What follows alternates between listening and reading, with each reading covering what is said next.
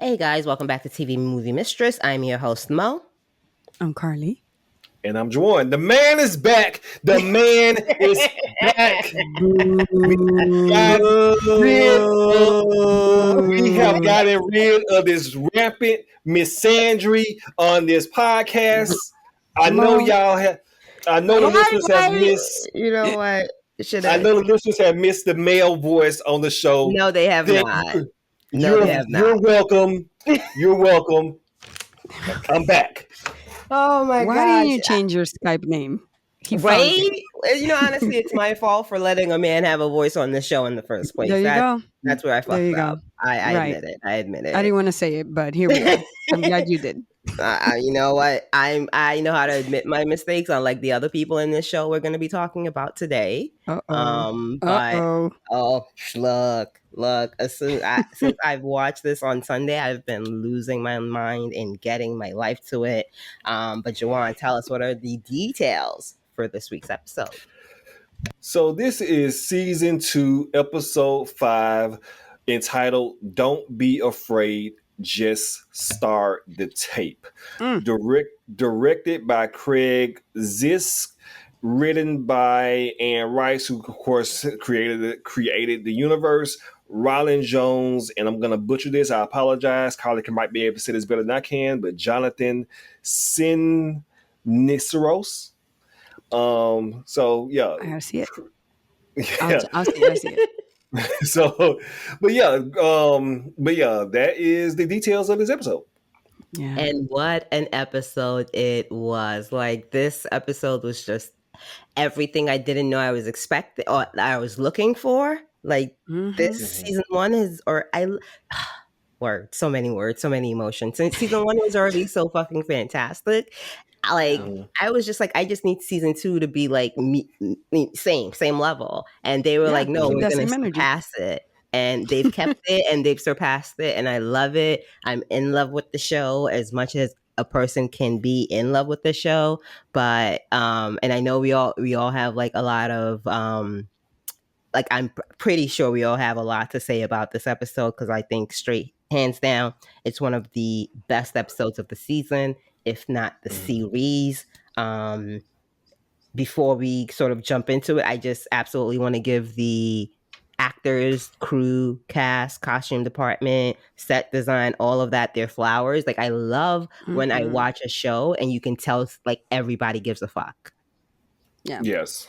You know, like, yeah, you can definitely tell they put a lot of effort in, trying to get the set design right, trying to get, the details right, even the acting that Luke Brandon Field did when playing young Daniel. It was all point on. Yep. No, absolutely. And I think the last show I've seen that's been up to these standards was probably Andor for me. Just in terms of, basically what I just said, like set design, costuming, everybody giving a fuck and, bringing their A game and dialogue and all of that. And before we sort of start with the very first scene, I want to know what you, Carly, thought about this episode. Well, I love this episode. You know that this is the one thing that I wanted from part 2, season 2, whatever you want to call it, was this San Francisco episode. And it like exceeded my expectations. First of all, it was a bottle episode, which I really, really wanted to watch. Yes. And aside from like the beautiful script and the like insanely, nuanced and delicate performances and powerful performances from everybody across the board, like I loved how emotional this episode was, how vulnerable all the characters, we saw a lot of their vulnerability and insecurities and fears and and all that stuff. Like, I loved the emotionality of this episode. I think it's the best of the series so far. It's definitely the best of these new episodes, this new batch of season 2 or part 2, whatever we want to call it. It was like perfect. It was perfect. And and it made me, to be honest with you, like it made me like all 3 of those characters more after watching it. Yes. No, absolutely. Beautiful. Absolutely. Yeah. Joanne, this is your first week back officially. Yes. since your hiatus, guys, I didn't want to say this, but Joanne was actually suspended from the podcast for being a man. No, stop. But what did you think about this episode? The floor is yours. I love this episode. Yeah, I love this episode. Just like Carly said, this was something that I had been anticipating. That I had hoped that they would do the first interview that they teased all the way back in episode 1 of season 1. That we knew that this was a second interview because they had a go at this back in '73. So I've always wanted to see this, and it did deliver on those expectations. Not quite gonna say it's my favorite of the series. Season 2, episode 2 is still the high point for me, but this is a very, very, very close second. I like the Paris stuff, the initial Paris stuff. We got a little bit more than this, even though I love this very much. Also, just a shout out, there were a lot, being that this is the first interview, there were a lot of Easter eggs to the movie in this episode, and I'll point them out, when we start going scene by scene. But everything you said, Mo, everything you said, Carly, were all on point. The set design, the acting, everything about it was top 10. Yeah, shout out to the makeup as well, makeup, special effects, makeup, because like seeing Louis not actively burn up, but when he was laying in the bed as a convalescent, like I felt like I felt his pain somehow just looking at the way his body was charred, and I was just kind of like, wow, the makeup department, kudos. That makeup, shit special looked effects, painful. absolutely. It looked like he was in so much pain. Yeah, like it was great. It was very visceral. I liked it. It was like next level. I was like, poor Louis. I will just say this was also not. This episode is tied with, I think it was the penultimate episode or 2 episodes before the penultimate from season 1. Basically, the episode. This might make me sound like a terrible person to say it, but the episode where Louis gets his behind beat. That just because of how emotionally charged that was, with all of like sort of the suffering and silent strife and the Claudia addition to the family of season 1. So, and just everybody's like true self coming out. So that episode in season 1 and this, there's a tie. I think I have to go back to season 1 again and to, see who would be the best. But also this season is not over, which is just like, oh my gosh, we have 3 episodes left. What are you going to give us? Like, I'm going to lose my fucking mind. But I'm looking forward to it. So on that note, let's jump into this week's episode, which definitely all about relationships. I'll also be honest about this. I wasn't looking forward to this interview episode, but like the way Daniel as a character has grown on me exponentially this season has been something I've really enjoyed. And that just sort of compounded with this episode. So let's jump into the toxic. Can I just say that, like, I think this episode answered a lot of questions that I had. One of them is Daniel. You know how I'm always like Daniel's so prickly. He's always like so like about it, and it answered that for me. Like, why from jump he had always this kind of like disdain for Armand, and also this kind of like attitude towards Louis, aside from him being bitten during that first interview.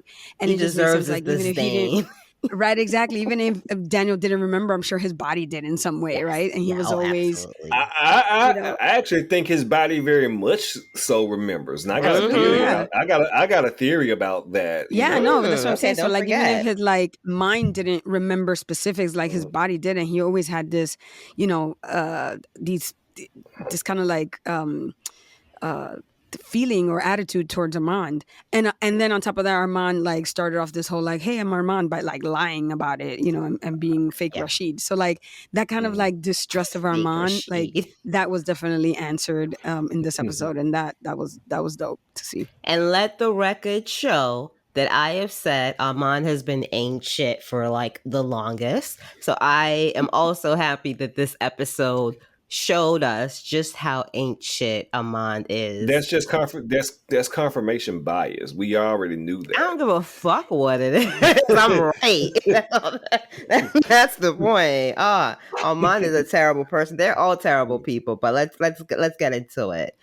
So we open to Louis and Armand continuing to recount their time in Paris when Daniel notices the use of the word one from Louis when referring to himself in the third person.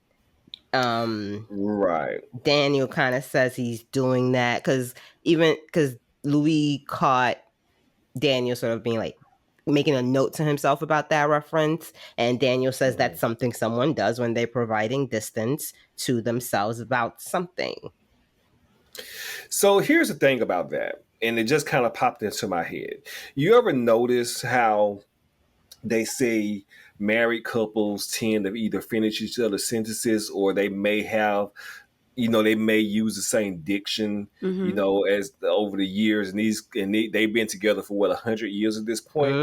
I want to say that it feels like which we kind of got confirmation. Wait, they've been together, I think, 77 years. 70, okay. Before someone yells at us.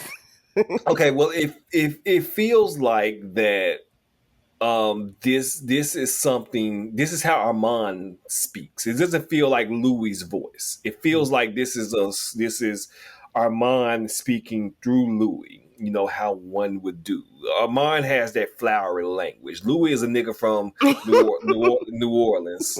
Yes. So you kind of see the manipulation, which we kind of saw building over and over time here. And I'm like, why are we, and like to Daniel's point, or his frustration with this, why are we hearing all these stories of you and Armand's love? Let's get to the real nitty gritty. What happened in Paris? Why did the thing burn? Why did the theater burn down? Where the fuck is Claudia? Yeah. So yeah, and I totally get Daniel's frustration, because I'm that person who's like, Louis, this is exactly why I have a podcast, so I can do podcast recording and no one can yell at me about like talking too much, but it's like when you're just over expressive, you could say that shit in 5 words, but you're choosing 5 sentences. That's fucking Louis. And I really liked how Daniel kept pushing him this episode, especially. Like, we got 2 hours. I need you to get all this other dressy, frilly shit you want to be talking about. I'm not here for it. I need you to focus on like the actual fucking story. Which is what I like and I don't want to skip ahead too much, which is what I like when later on, when he tries to go into that flowery shit and Daniel says, no. Fuck the big picture right now. What the fuck happened? Right. What happened? Yes, and I love the macro. We need the micro first. Yeah, exactly. Like you're and all this story. Oh, we appreciate you, Daniel Malloy. We appreciate you. I love Daniel, but I also saw that, like, how like Daniel never like bought into this kind of like, he's the love of my life. We were so in love. You know what I mean? Daniel would be like, okay, into sure. He sees right through that shit. Right. He saw right through it. And this, I love in this scene that we're talking about, like where, Louis is like waxing poetic and Daniel is just kind of like, hot, sure. Anyway, so let's move on. Because he doesn't, not only does he not believe him, but he knows that like Armand is up to something, and that cannot be. That can't possibly be this the entire cannot story. be the reality of your relationship, because this is nobody's reality of a relationship, especially after more than 5 decades together. No.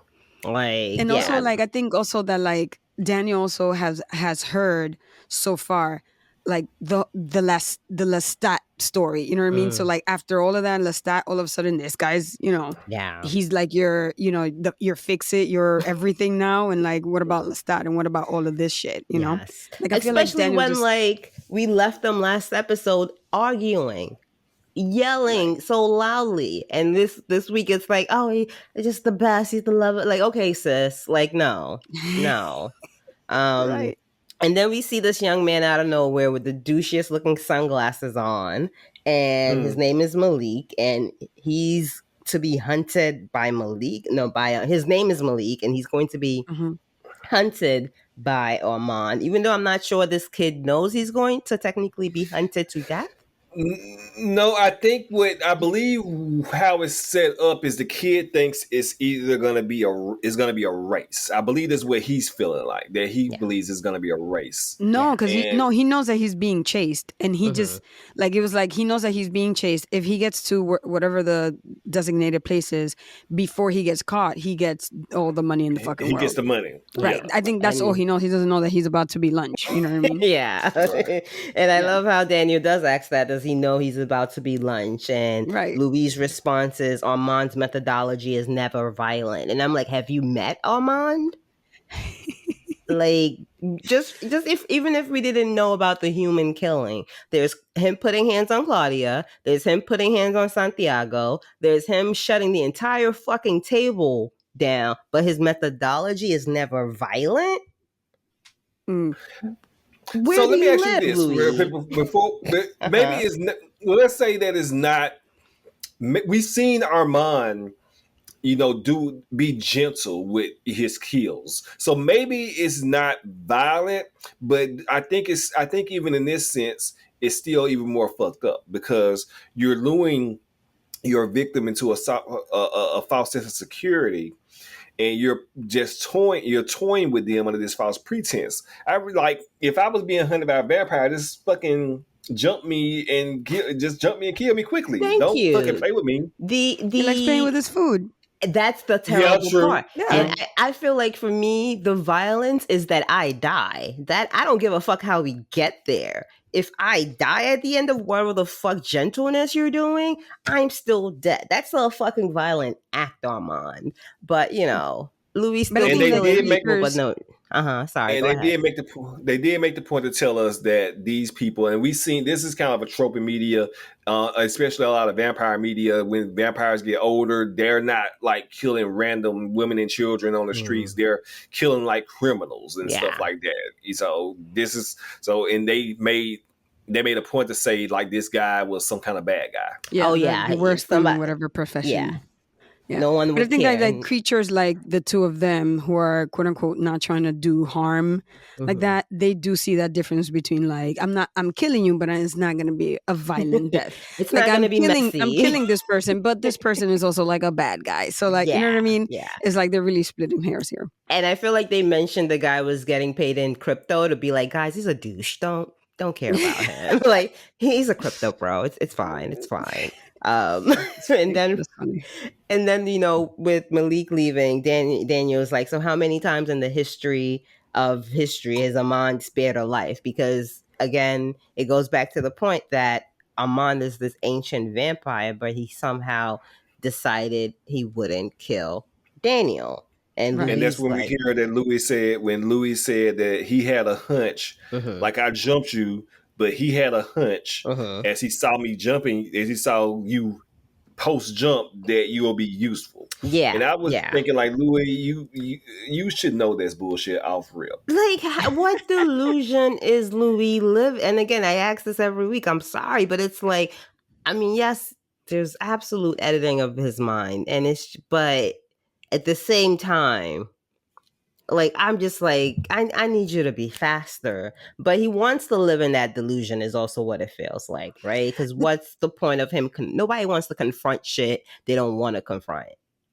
I think that I see it differently. Like I think, and because of the way he said those words, and I think we heard him like maybe twice or three times in the episode, like the reason, the quote unquote, the like company line that he's saying, company line, right? Why he didn't kill Daniel? Armand could see that I was impartial to you. Armand preserved my happiness even when I don't or can't. He had a hunch that you might prove fruitful in later times. I think he said it almost verbatim, like twice or maybe three times. So to me, I just saw that as like that's what Armand put in his head. The same way that what Louis told Daniel at the end, at the young Daniel, that kind of like, kind of like helped him along the way in his career, like that same way is what Armand did to Louis with classic, this particular thing.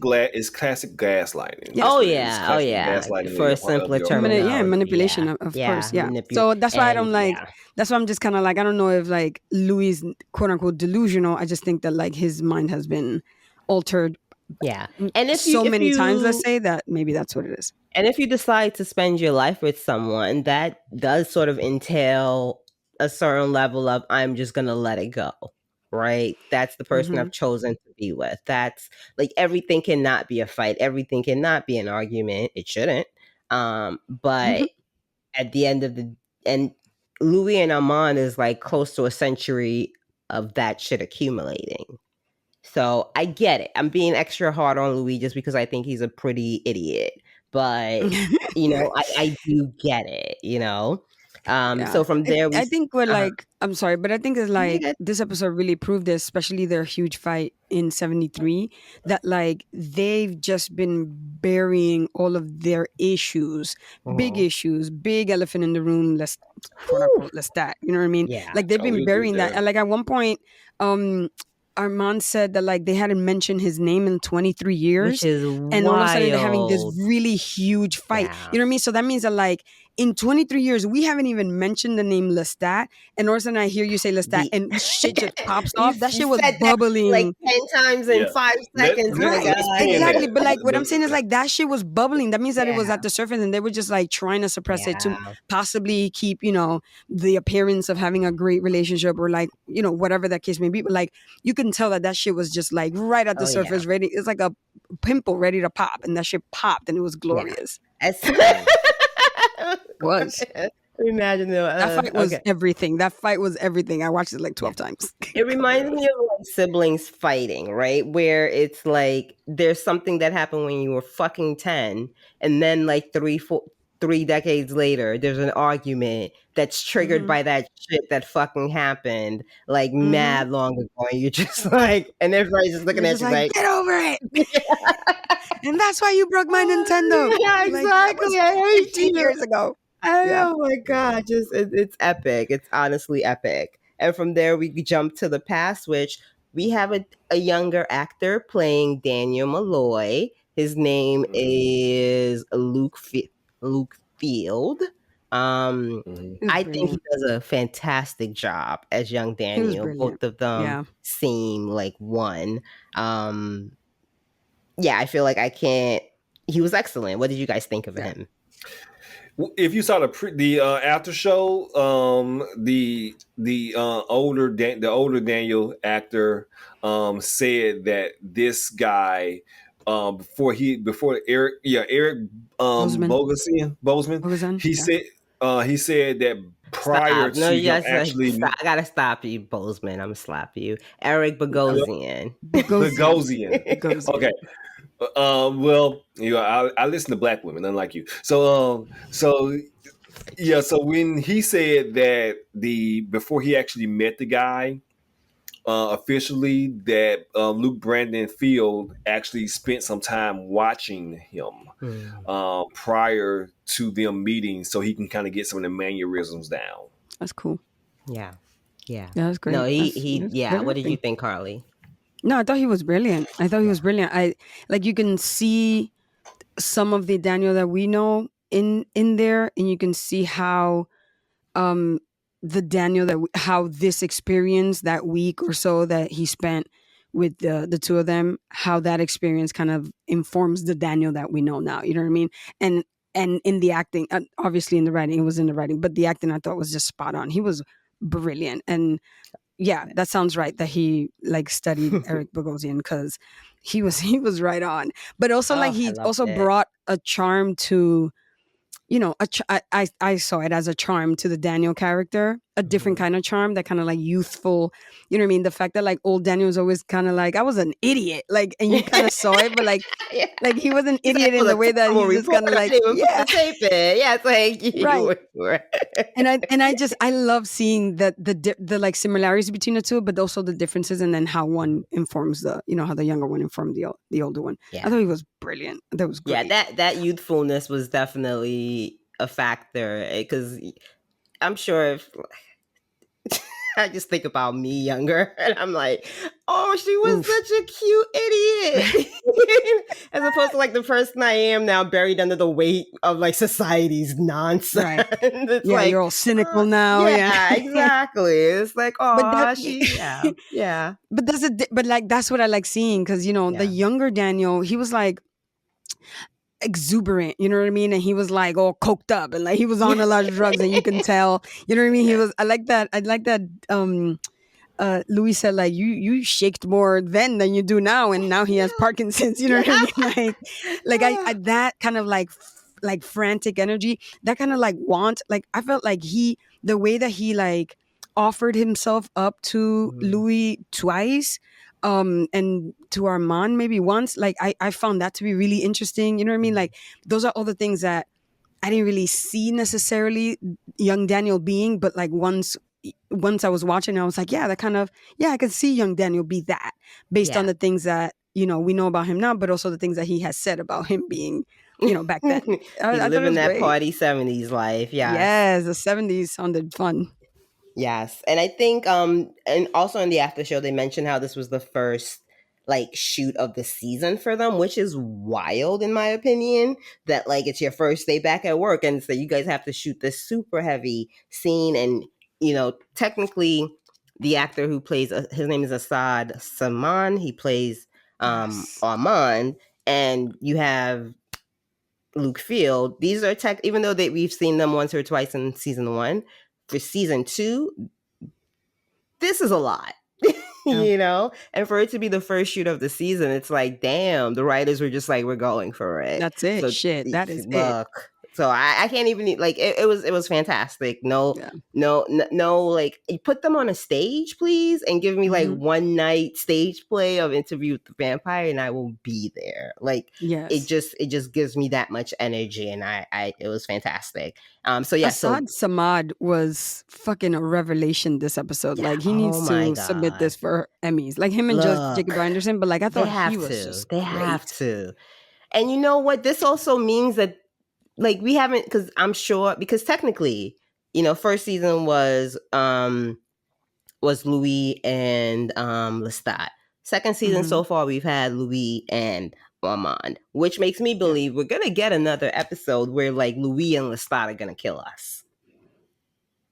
In terms of acting, like the actors. Yeah. Oh, no, absolutely. They're going to give some kind of performance that kills us. Not like literally. It's funny because like I think they do every episode. Like they bring it every episode. Yeah. This episode, because it had such weight to it, I thought that they just fucking knocked it out of the park. Like I don't think they could have done any better than what they did. You know what I mean? Performance-wise. I agree. And the script was just gorgeous. But fucking fabulous. I don't know. I love for every award. For every award. And I just... Asad Saman's performance, I thought was just so nuanced and so like pitch perfect to me, that like, you know what I mean, that it made me like the fucking Armand character way more than maybe I should. But I just loved his performance. I really did. He was I feel like you've brilliant. been Team Armand from the beginning, ma'am. Oh, did I not come through? No, I said I feel like you've been Team Armand from the beginning, ma'am. No, I'm not Team Armand. I'm not an Armand fan at all necessarily. Like because once he was like, "Oh, this is the love of my life," that's how he got introduced. No, I'm done. I don't like him. Yeah, no, but I get what you're saying. The performance, we got to know Armand a lot better himself. This episode, we got to, because he's very much like, it feels like one level removed from us. Where he's very good at hiding his emotions and almost sort of showing us himself the way he shows himself to Louis.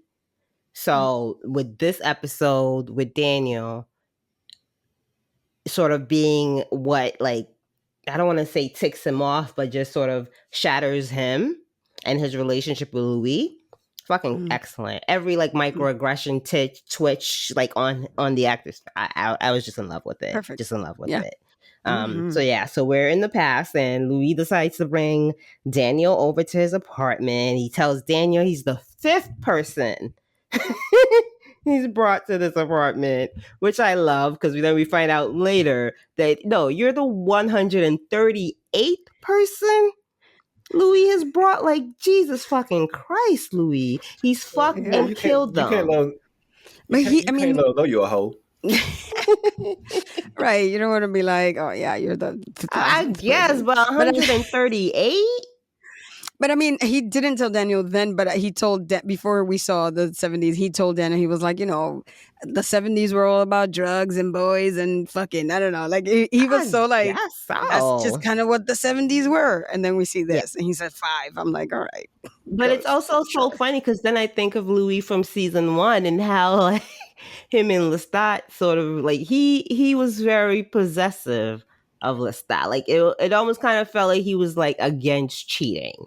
So to sort of see the change in Louis himself, where, because like in season 1, Lestat was like, this don't mean shit. I'm with you. They're just like passing fancy, and Louis couldn't understand that. And now this season, we have Louis being the one who's like, they don't mean anything. They're just a passing fancy. Like, he's the Lestat fuckboy to Armand. Like, it's wild to me. I didn't even think about that. But I mean, it also seems like Armand, like, it seems like it's not like I don't see it necessarily as Louis cheating. Like, it seems like they could like enjoy it together or not. You know what I mean? Like, that's just kind of it. Because when they were at the bar, he was like, hey, you want to join us? Yeah. No, yeah. Right. But he was like, hey, you want to join us? And he was like, nah, not tonight. I'm just gonna, you guys keep going. I'm gonna, whatever it is. You know what I mean? So like, it's very similar to a certain extent to what happened last season with Lestat also, when Lestat was like, yeah, of course you could go like fuck people. Don't worry about it. Like, I'm gonna be fine. We're fine. Don't worry. Of course I'm gonna be fine.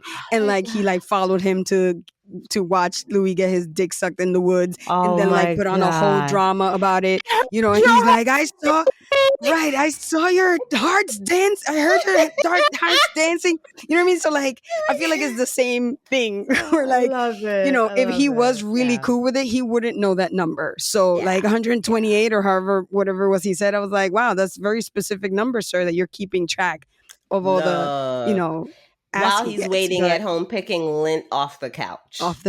But he wasn't. He was right outside the door, because the second that like Louis started biting what's his face, he burst through. Like, I mean, that feels even worse. Like, Armand, what is the deal? What is this relationship? This is terrible. Like, both of you need like space and alone time. Like, whew. But yeah, so yeah, Louis invites Daniel in, young Daniel in. Provides a drug suitcase, and basically from here on out, that was cool. Yeah, that was really cool. In a little backgammon, not backgammon, backgammon, backgammon. Some arts and crafts. Yeah, so I guess, I mean, this is departure. I don't know how I feel about them showing. I mean, I know what the purpose was eventually, but I don't know how I feel about, you know, them showing Daniel to be a drug addict back in the day. But I mean, but wasn't Daniel always something? Like, Daniel was also sort of seen as like not a fuck up, but someone who wasn't like right with. He was a drug addict. Yeah. Right. Okay. Like, so he was. The issue then? Yeah. No, I was saying we knew this about him from the first season. Yeah. No, not to you. I'm saying to Joanne, was he not a drug addict in the movie? Is that the situation? No, in the movie, it was all about the journalism aspect of it. That he was invited over to interview this guy with this alleged fascinating story, and that's just where it started off. Okay. Well, this is definitely. So there was no pretense to it. Now, I don't know if the book has something different, but there was no pretense to why this guy was why Daniel was there to interview him. Gotcha. Well, I feel like other than the drugs, there also is no pretense to it here. But because again, why did you like it, Joanne? I don't know. I just feel like I don't know. I just feel like that it said that it like undercuts the character of Daniel a little bit, to see that he was this drug fiend, you know, boy hooking up with any and everybody back in the day, and he wasn't like a pure journalist, you know. But that's just kind of like my hang up, you know. I just want to I want to see pure people. So I mean. Because I'm like, we knew that we knew from his own account that that's who he was.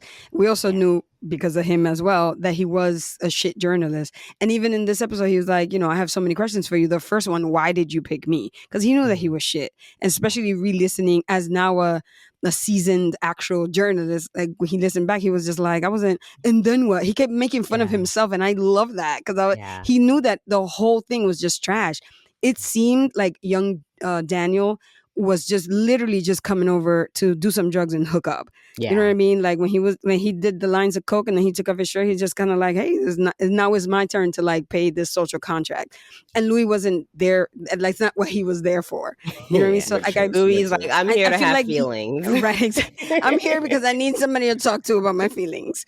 You know what I mean? But I always felt like that Daniel was always so honest about like his shortcomings around that first interview that to then see it, and I was just kind of like, oh wow, like he seems so inoffensive, and he didn't seem like, you know, like he didn't seem like a drug addict. He just seemed like somebody who really likes to party. You know what I mean? And also it was the 70s where no one knew what drugs did, which in some ways is terrifying, but also very freeing, right? If you don't, if that, because now we know everything, right? You know, cigarettes, vaping, food. Like we are bombarded with too much information. Back then, it's like, I don't know, drugs, head, like whatever, love, life, like sexual revolution, right? It was fun, yeah. Exactly. Like no one's like thinking that like rehab is gonna be something that comes out of it. But okay, Joanne, your position is noted. Because that's probably a way some people might feel. I do think it's kind of funny, the pureness of Daniel, like Daniel Malloy pure. He wouldn't even call himself pure, sir. Well, you know, and also, again, people grow up. They're not always, you know, no one is always the same as when they was younger. Right. Absolutely not. Because I think about some of the shit I did, like Jesus fucking Christ. Right, and like, you're not even close to Daniel's age. Look, right? It's like how Rihanna in an interview was like, "Oh my god, now that I'm a mom, I can't believe I was like showing my tits and ass everywhere. Like that's the one thing I regret." I'm like, really, Rihanna? Shut up, really? Rihanna. Get out of here. Nobody else regrets that. Jesus. At all. You're the that's what it's kind of giving, but you know, it's completely understandable. So yeah, Louis brings Daniel in. We start with the drug suitcase. And he starts calling Daniel boy, which, like, I know Louis is old, but I also don't see him calling people boy a lot. Is this to indicate, like, the specialness of Daniel? Or is this just him being an old man? I don't know. I found it interesting that he just called boy. Yeah, I loved it. I love that he kept saying boy. Because it seemed to me, I was just like, you know, technically Louis is what, like 100 and something? No. Well, okay. No, yeah, you're right. Okay, maybe like 8. Wait. Whatever. Let's say he's under. He's like right under 100, right? He's more than 60 and less than 100. Right. He'll be about like he'll be almost 100 because he was born in like He was born like with 1920 or something like that. But this is 1970s. No, he was. No, I think he was born in the 1800s because we met. Didn't we meet him in the 1920s and he was 33? Okay, yeah, that's true. Okay, so, yeah. So he's that, if not 100, he's like right under 100. And Daniel is just like 20 something. So technically, he is like a boy to him. A boy. But if you see how like, I also not only that the age thing, but I also saw it as kind of like it's just like a very impersonal thing. You know, like when they talk about all the like boys that they like fucked throughout the years, like they just you know all the boys. They always say that. You know what I mean? Yeah. So it may just be kind of like this impersonal thing that he does, but. I was watching it with my friend and she was just kind of like, oh, I love that. Yeah, call him boy. I was like, okay. So maybe you guys could like expand on this more, but like she saw that as like a reverse, like racial thing. And I was like, yeah, I'm into that too. Like, I just loved it in general. Yeah, because I can see that too. Go ahead, Joanne. Explain the reference to boy. No, I can see that too. What Carly just said, like maybe there is some kind of like a subtle racial hint to it that he's calling this white dude a boy to his face. I saw it more so like you said, Carly, the impersonal. That's kind of what I mostly took from it though. There's like this impersonal disconnect that he doesn't see that he doesn't see this dude as an equal. And in any shape, form, or fashion. They're not equals at all. Right. So him calling him a boy was like more as a just kind of like not dehumanizing him, but more so demoralizing him, because you're just someone I'm going to use whatever I need to use you for, and it's over. Yeah. And that was his MO until, Daniel could quote unquote offer him something new. Okay, I like that perspective. That's a perspective I didn't come in with, but I like that, because I did wonder. I was like, call this boy if you call him boy one more time, sir. You didn't but like yeah, that? so, funny. Huh? I said you really didn't like that? No, not like I didn't like it. I was just like, where's this coming from? I was just like, what does this mean? I feel like Interview with the Vampire this week had me thinking like everything was a fucking puzzle. Like, did that mean something? Yeah. Did that, right. I was just like really like too focused in. Daniel funny. Then acts in a scene which I thought was adorable if him and Louis banged, or if him, Louis, and any combination, I guess, if they banged. And he was like, well, do you want to do it right now? We got a couple hours. Right. I mean, hey. But like, I feel, was it just me? Though. Do you think that he was going to say yes? That he kind of wanted to a little bit say yes? Well, but wait, Louis or Daniel? Daniel, when Louis was like, I mean, like Daniel right now. Wanted to say it, because he was like, sometimes like the boats come in. I'm like, what? Fuck? Why? Where did the boat come in? But I was like, does he mean like Armand might be delayed later, and so if you want to like do a little sign? That's exactly what he meant. Oh, Jesus Christ! Mm-hmm. Okay. Yeah. No, I feel like Daniel was like, oh, okay. I liked it. I like that scene plays with. Again, it's like such fucking trauma and like destruction, and then they'll just give you like a cheeky little moment like that, and you'll just be laughing like they're not gonna slap the shit out of you with emotion in the next scene or something. It's wild. But I also enjoyed the Daniel's vulnerability. I mean, we've been seeing a lot of Daniel's vulnerability in the past couple episodes, but even when he asked that question, like you can see that, like, because not only is his mind, he can't trust possibly what he can remember, he doesn't know, what he remembers. So when he asked, he was like, he couldn't even finish it, because it's like I don't know, I just felt like he was so open and vulnerable in that moment and then what kind of transpired in this episode between him and Louis, that to start it like that, I thought was really beautiful. Yeah, I mean, that's a very vulnerable question to ask, because what if Louis had been like, you ugly old man, who the fuck? Like, what if it had gone like that? What if he was just like, yeah, we fucked all night and it was great. You know what I mean? God. Like, and just be like, what is like, my life? Right. He's just kind of like, So to just kind of but to not remember something like that in general, like I know a lot of us have probably been in those situations when we were younger, now, whatever, where it's just kind of like you wake up and you're just like, I don't know, did it happen? Did it not? Like, I feel like that's a very vulnerable state. So to him to just even like ask the question, I found like that was, I don't know. Oh my God. I like Daniel a lot in this episode. Okay, I'm glad you guys didn't catch that as I just spilled water or not water, my drink all over myself from laughing. But yeah, so from there, again, like the show is so edited well. Like the success of a show, in my opinion, is very much so based on editing. And because some things can go too long and just ruin a tense scene, and some things go too little and you're just like, stretch that shit out. But this was just fucking perfect, because then they go back to the past and Louis finally like reveals himself to Daniel as a vampire. He bears his fangs, and Daniel's first question is, are you the Zodiac killer? I love that response. I love that reference. Yes. Now this was the first. This was one of the biggest Easter eggs to the movie, because when the movie does start, you have Christian Slater interviewing Brad Pitt's Louis character, and Brad Pitt, like Jacob here, is standing by the just looking out the window with the back to him, basically saying, "I'm a vampire."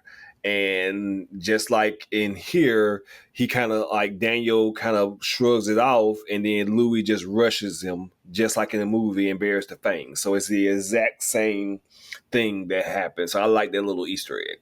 Yeah. Okay, I also really like am the looking kind of forward like to watching the movie, Carly. I don't like. I'm ready for us to watch the Y'all movie. can't watch the movie until after this oh season. no, yeah, don't worry Yeah, about no, it. I'm yeah, not yeah, gonna watch it'll be until after the afterwards. season. Yeah, yeah. I Yeah, thought you were yeah. gonna say after the third season. I was gonna curse you the fuck out. But yeah, no, after the season. Well, we'll No, I see how think the they'll season finish. I ends, because think they'll maybe finish not. the story with these next 3 episodes. No, This they're story. going to season 3. But with this story, because there's a lot Oh, of I don't know how. is- Oh, well, yeah, that's true. I don't know how that works. Yeah, you're right. We shall see. What do you want to say, Joanne?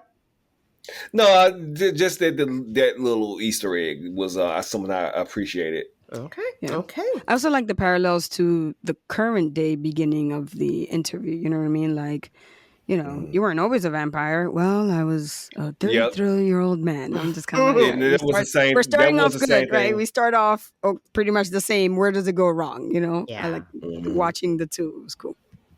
So from here, Daniel continues to probe about Louis' missing memories. He wants to know what happened. And in the past, Louis continues to bitch about about Lestat, but with excitement. And I think we all know, whether we've been the Louis in the situation, we've had a friend who was the Louis in a situation where it's like you're saying that you hate him, but it sounds like you want to fuck him, and I'm just here listening. Yeah, like you don't what have. this was. Like, I'm a firm believer that there's still, like, you can't be that super mad at somebody that you're over.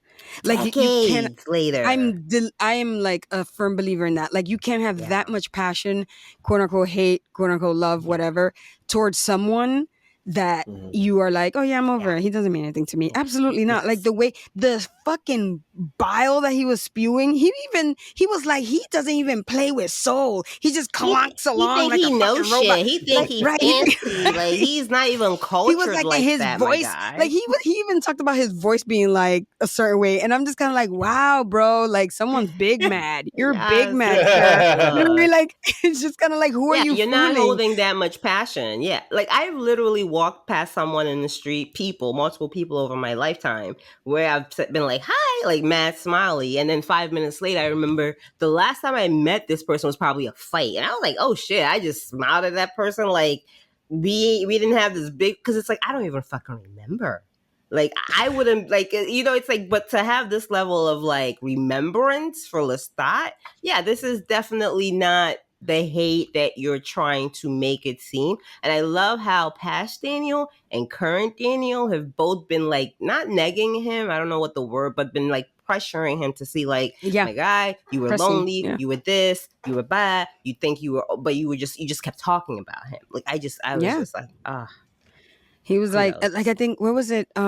He used a great word. He said something like, you detonated, or like, you know what I mean? Like, it's, again, you don't have all of that to say with such passion like that if you were like over Lestat. If you hadn't been holding that in, he seemed like he was holding that in for 23 years. You know what I mean? Like, if you had, so like, have not mentioned Lestat's name in your own home, that's right. insane.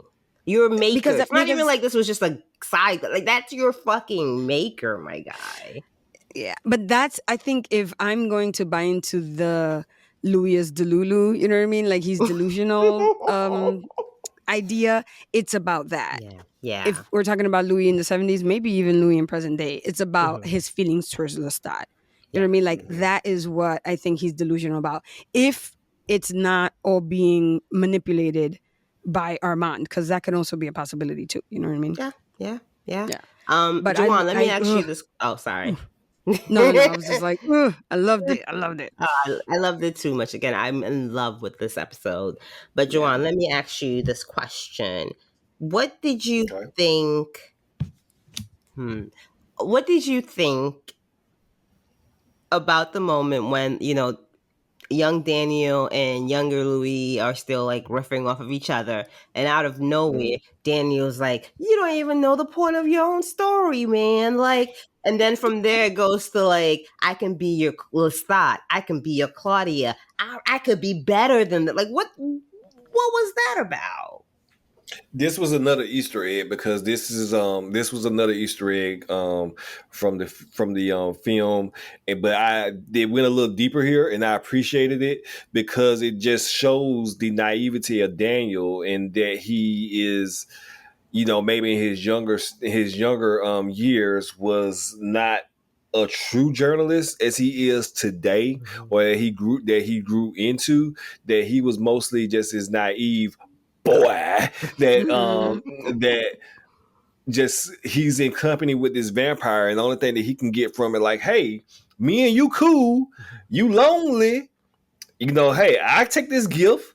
I don't want to, like, I can take this gift and we can just live, and we can live, and we can be gay together. Fuck, like, so I just appreciated like how deep it went in this, and I was in a little Easter egg as well.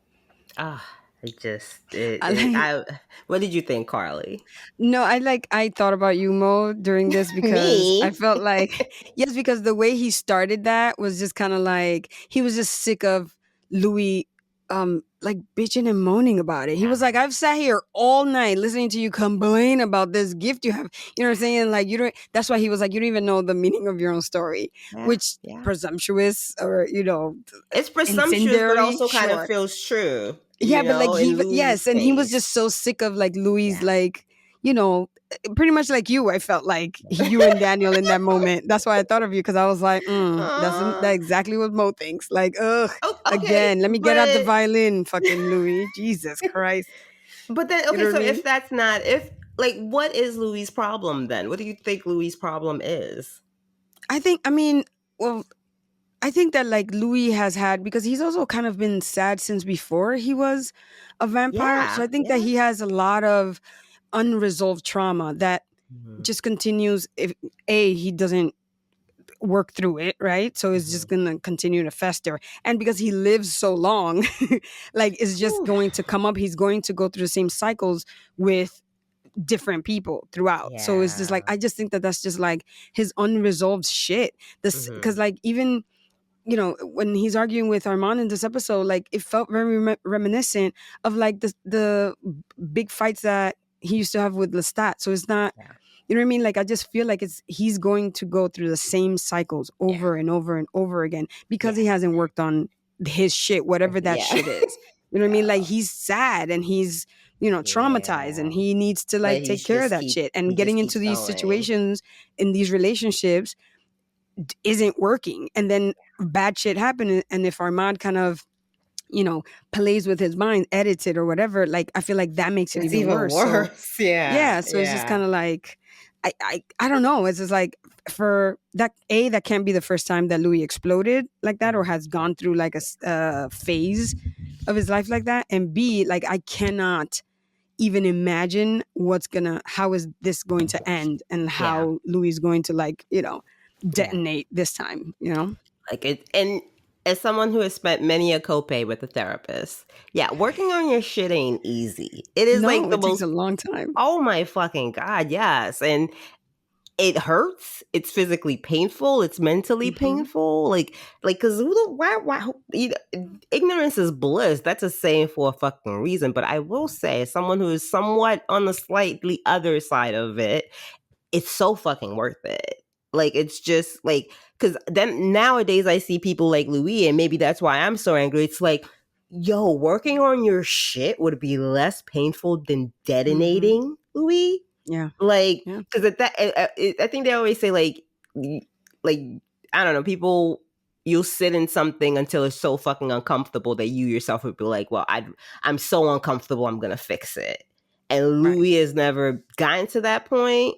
But also, like you said, even before he was a vampire, he had a lot of shit. This is someone who, at the age of 33, had taken over the entire family business. So I don't know when Louis took over the family business. Like, I don't know when his dad died. And from there, you have his brother Paul dying, his mother throwing all that shit on him, his relationship with his sister dissolving, Lestat coming in the picture, but still not, like, Louis was technically broken before Lestat. Absolutely. Lestat didn't help, but absolutely fucking not. No, Lestat don't help. Lestat just makes you look good while you go crazy. Lestat does not help. And and Louis, which he also mentioned in this episode, like what he did to harm himself in the 70s, wasn't the first time that he thought about it, and I don't know if it was the first time that he like actually did it. It seemed like maybe it was, but like it wasn't the first time that he thought about it. Like when he was telling Daniel about watching Claudia walk away, and he wasn't sure whether to like stay with Lestat or like go with her, and he just sat on the bench, and he talked about like, I could just let the sun, turn my bones to ashes, or whatever it was that he said. So it's just kind of like, he has always had this kind of like underlying something, mental illness, depression, something. 1 foot to like just dying, and the other foot like, I'll be here. Absolutely. So like that idea also was mentioned, the ease, what is it? The ease of dying, or something ease of dying. They like mentioned twice in different scenes in this episode, because that was like all throughout the episode, that kind of like darkness, that like sadness, you know what I mean? Yeah, no. And like, I was seeing stills of this episode and like Jacob Anderson's wig. I was like, oh my God, I'm not going to be able to take him seriously with this wig. But then we get into the episode and I was like, okay, no, I get it. He sells it. He acts that wig. Like, okay, let me, Yeah, I feel like that was his hair. I thought it was his hair too. That was not his hair. His hair's longer now. No, I thought that was a wig. That looked like a I'm wig. pretty sure that was his hair. I'm pretty sure there's a hair. I only got this. Got to pick his hair because it's like an afro. It's like a picked out afro. And his hair's pretty long right now in part 2. Maybe it's like the immaculate square rectangle shape up they gave him. That's how we looked back in the end. Yeah, man. I can that looked like a cute little microphone. Well, yeah. I thought it was a wig. Okay, so the night continues. Like, at this point, Louis not on drugs, but his mania is sort of increasing, because like he doesn't get the drugs until like he bites Daniel. Let's go ahead and get there. Let's go ahead and skip to get. Who pays the hosting fees? We'll get there, sir. Because I have a question. I've been holding on to a question. I'm gonna get there. Okay, so Daniel confronts the idea of Louis wanting to end it and actually asks for the gift of death, which triggers Louis to bite Daniel. Then Daniel plays a bit of audio played up by his quote-unquote assistant. It wasn't. It was the, what do they call Madagascar? Telemasca. Madagascar. Telemasca. Which I heard there's a spinoff of that coming. That sounds like a cop show. It is pretty much. Yeah, I mean, it was okay. It sounds like the X-Files, but okay, I'll give it an episode. Okay, and this is the moment Louis, in my opinion, kills Daniel, and Armand arrives. Now, in the future, Louis is telling Daniel, oh, no, Armand saved you. But can I ask you guys, when Armand came in there and pushed Daniel off of Louis, and Daniel's head went in the wall and the wall broke, wasn't he? I like how he was like, you heard that wet thud? That was me. Like, you're dead, right? Like that equal at minimum brain damage for life. Maximum, I mean, he was dead.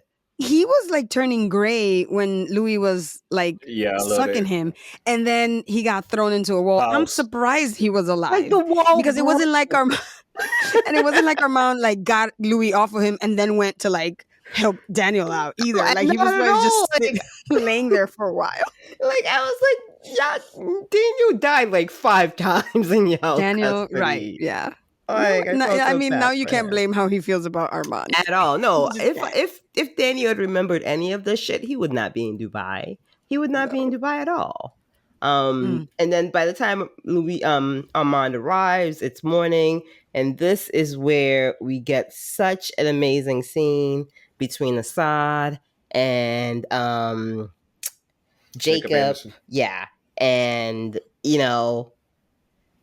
Louis being all cracked out from sucking Daniel's neck, and they just start fight. Juwan, I'm building goddamn tension, my guy. Okay, can I finish building my tension? And this is where the episode just goes to another level. So on that note, Jawan, what did you think about this epic, masterful storytelling scene where Louis and Armand just go at each other and hurt each other's feelings like nobody's business? The scene in itself, I thought, was a beautiful two-man play where they're talking over each other, but you hear every word, and it's all scathing from each of them. Like, when the part where he says, "Oh, but my maker groomed me into a little bitch." Yo, he said that. I that was terrible.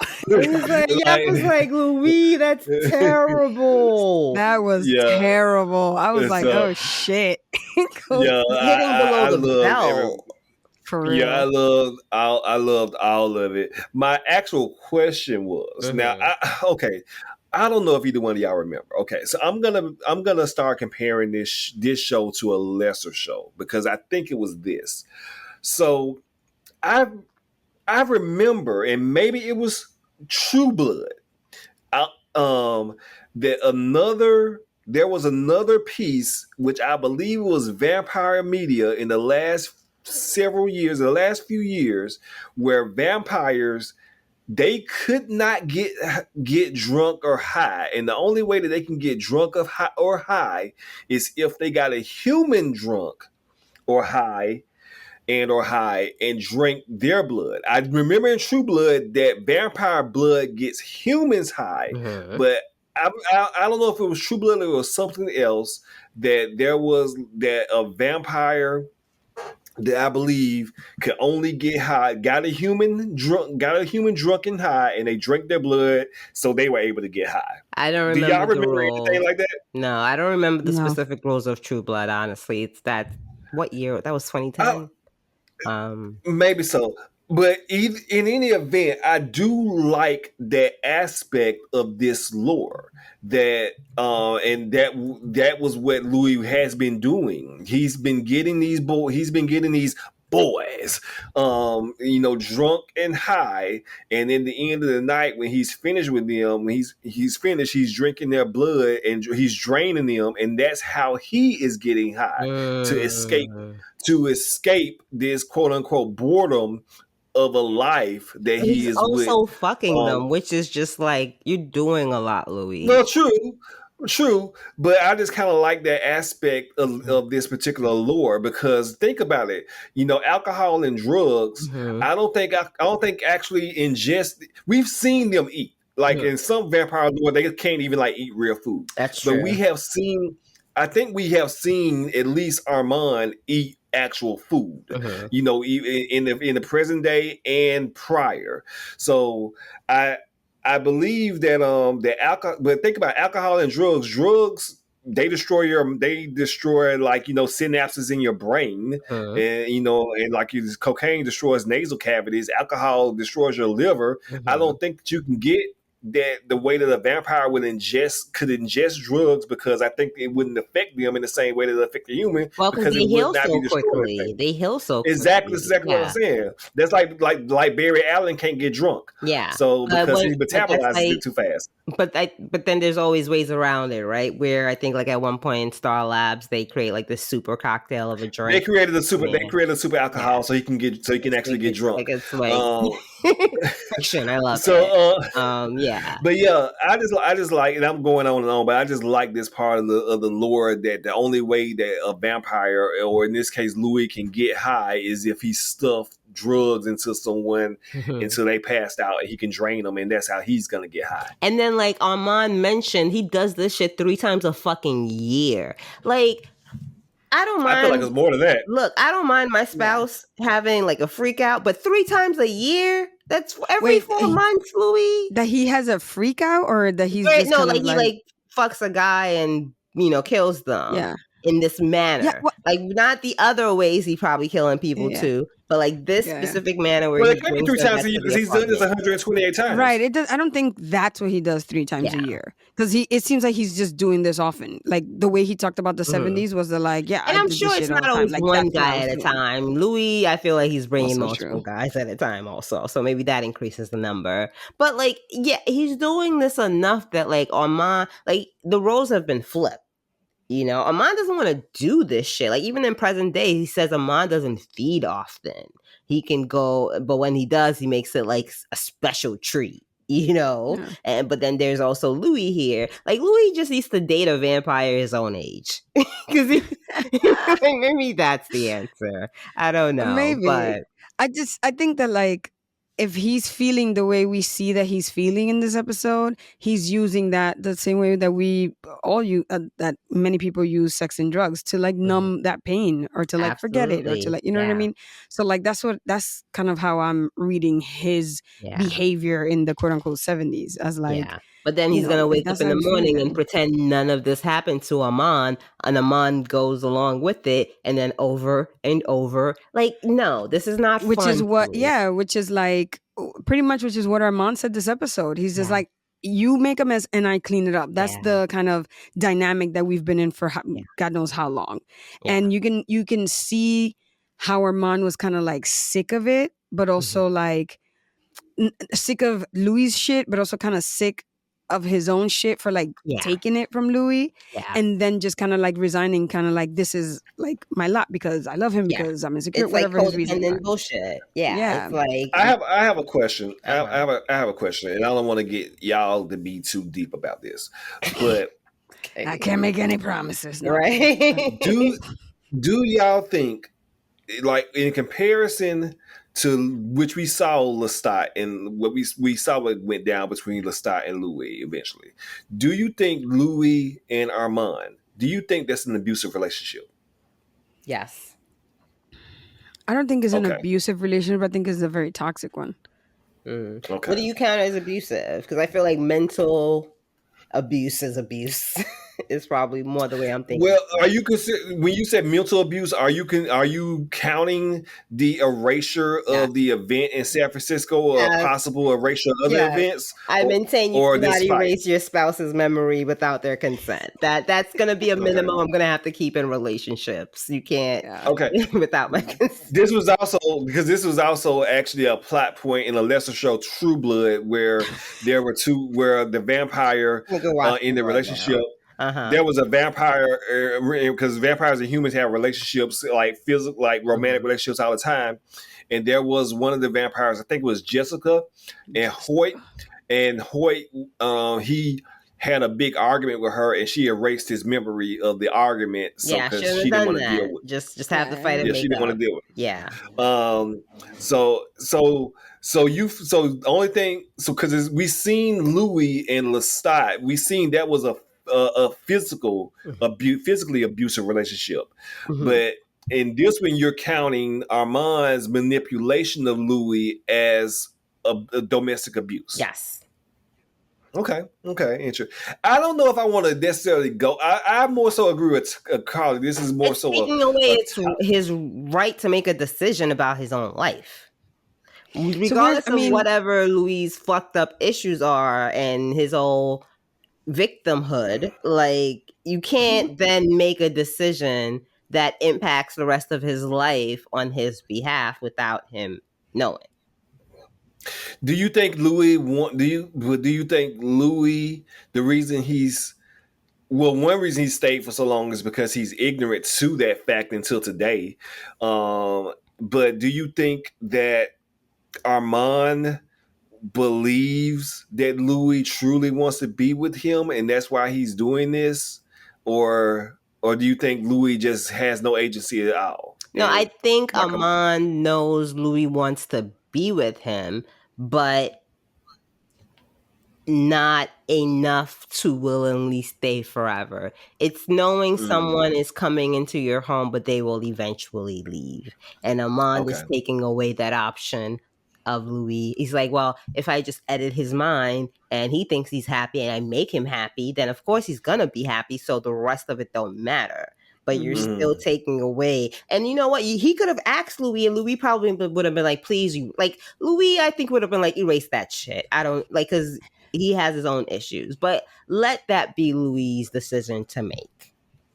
I like, part of me isn't going to reserve judgment about what happened in Paris and whether Armand erased his memory or not, or willingly or not, because, you know, things can change. But so just based on like what we've seen up until whatever happened during the first interview, like, I don't think that they've had that kind of relationship. Necessarily, maybe this is when it started, you know what I mean? Maybe this is when, like, whatever Armand is doing, maybe like this was that kind of like origin event, you know? I can totally imagine a scenario in Paris where something happens and Louise like, please erase take this from me. Yeah, absolutely. Yeah. But then that doesn't mean you then like continue every time. No, it doesn't mean. But what I'm saying is like to just like to like answer a little bit what Joanne, what you asked. I feel like up until the first interview, the 1973 in San Francisco, it may just have been like a fucking regular ass, you know, relationship. Yeah. Like even when they were fighting, like. Yeah. You they know, were still bringing up Paris too. Yeah, they were like bringing up Paris, but like also like Louis called them boring, a soft beige pillow or some shit. You know what I mean? So it's just kind of like, oh my god, that hurt. So it doesn't seem like they have like a very like, you know, or quote unquote exciting or, you know, tumultuous relationship. This seemed so like it just exploded here, and I can see how everything from here on then became. Possibly what we think it is. You know what it is, Carla, and not want to make you tell any of your business in YouTube emoji. Like, it's that thing where if you've been with someone in a marriage or a relationship for so long, and you may have your partner that has little things about them that you don't like, and you may not have said anything. It may not have. It may not have bothered you in the beginning, but it like slowly needles you things they do, or they may pick on you a little too much, or make a joke about you a little too much. And like, you know what? Okay, you know what, motherfucker? I'm tired of this shit. I'm tired of this shit. And that's why your mama a bitch. You know? So it's regular. Yeah. So it's stuff is like that. So I don't think, and again, I don't think it's abusive per se. I think it's like Harley said. I think it's toxic. So, and I do think Armand is trash for erasing that from his memory, because you do take away that person's agency to make their own decision about whether or not they want to continue that relationship. But in fairness, this was not only emotionally painful for Louis, it was also physically painful that he did to himself for reasons that have not truly been seen. It had something to do with him remembering what happened in Paris. Maybe Armand took that away against his will. We haven't seen that. Or maybe he accidentally took it away. But whatever the traumatic situation was, it was so painful that made him want to unalive himself, you know, as a vampire. So maybe Armand, TikTok code, sir. Like, that's not a whole podcast. TikTok code. Maybe Armand did this. Maybe Armand, in his mind, saw maybe erasing this from his memory and starting over was a kindness. No, I could absolutely see that, but that still doesn't mean Armand's not trash. No, not at all. Yeah. Not at all. As we'll come to see in the following scenes. You know. I do like, though, that, like, yes, Armand, manipulative gaslighting, he shouldn't have done that, all that. But I like seeing that, like, it seemed like, you guys ever watch that show Snapped?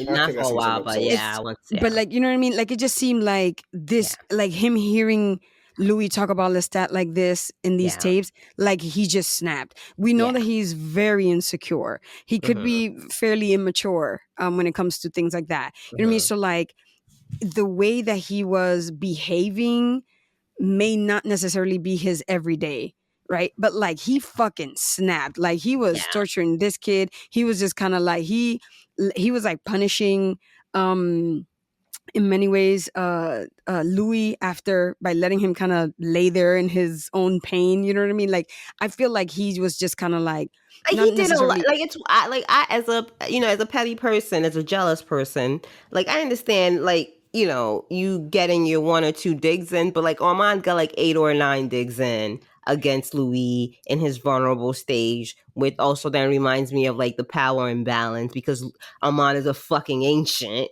and Louis a fucking like It's new. vampire kind of. Yeah. Yes, but what I'm saying is, like, it seemed like he just snapped. You know what I mean? Like, he was just like he could have been living these 23 years of them, in quote unquote bliss or whatever is the greatest love story ever told between the two of them. But having that feeling of like, Louis is not entirely mine. Like, I know that he's not mine. And whether you want to admit that out loud or even to yourself sometimes, and like, when that person, right? When Yeah. that person isn't entirely there. So I felt like if he was living with that feeling the whole time with Louis, letting him kind of like get his rocks off and blow off some steam with some random boys is one thing, but then hearing that like your insecurities kind of like, you know what I mean? Like, he just fucking snapped. Like, he was just kind of like down. Yeah. Like, yes. Yeah. So like, to But confirm your insecurities like that, I felt like that being kind of like the impetus for him to do all the shit that he did and But like I act also real look at it serial as killery. Like, it was not hardcore. outside of the why is it saying lost connection? That scared me. Okay, I hope we're fine. Hold on, let me see. It looks good on my end. Okay, yeah, I said reconnected. Okay. So, and I'm leaving that. I'm not editing. If you guys want these podcasts out at a timely fashion, I'm not editing. So I just gotta love me as I am, like y'all love Armand. But but like, that was uncalled for. Was it? Like, y'all love Armand. Look, so petty, ma'am. I'm tired. Girl's tired, y'all. I'm busy. I have less hours in the day than these 2 immortal vampires, and that's probably why I want to be a vampire, so I can get some hours back. Yeah, exactly. But yeah, so they just start fighting. It's one calling one dog. Okay. This is what I was gonna say, but this doesn't feel like Armand. Like, I felt like this scene served for me to sort of show that Armand is not a one-off cruel person, that he is just a cruel person. And I think it comes back to the fact that, they try not to be cruel for Louis. Lestat also tried not to be cruel for Louis, but Louis being Louis and whatever the mixture that makes him just eventually makes these people go off. It's not Louis' fault. You are not responsible for anybody else's feelings. But the combination still exists. And, Armand going off is very much like Lestat going off is very much like Louis going off. Like, yes, the number one thing we can all agree on, this shit is toxic as fuck. Everybody needs to go to their corner and do some self-love. Like, this is not the answer. Staying in the relationship is not the answer. But yeah, some hurtful shit is said. Again, fantastic acting by everyone. Like, I am just like, I bow down. This shit was riveting. And it better get all the fucking awards. If it doesn't, fuck all of y'all and y'all mamas. But it should get every award. That's all I'm saying. Absolutely. Can I ask you guys a question? How did you feel about Armand saying, and Claudia never loved you? Not like he loved you, not like I do. You go ahead, Joanne. I'm trying to find my thing. Okay, no, that was also a raw. That was also a bar. That was also very, very raw, because as we know, Louis has loved Claudia. He sees her as a daughter, and he has that soft spot for her. And we don't know, and again, we still don't know what happened to her. But for Armand to say like, "Hey, she never loved you," that I feel like that would be the same. That would be him, Armand, truly like trying to undercut Louis, or trying to just spew out some hurtful shit as well. Which is fucked up to do in a relationship. And we always do this. We, people again, who've been together for so long, know how to cut the deepest to you. You know, somebody off the street calling you a name and everything is not gonna hurt as much as like someone who like loves you, someone who knows you, someone loves you calling your name. Because whoever loves you, you know, you feel like they mean it, even though maybe they don't, but you feel like they meant it, right?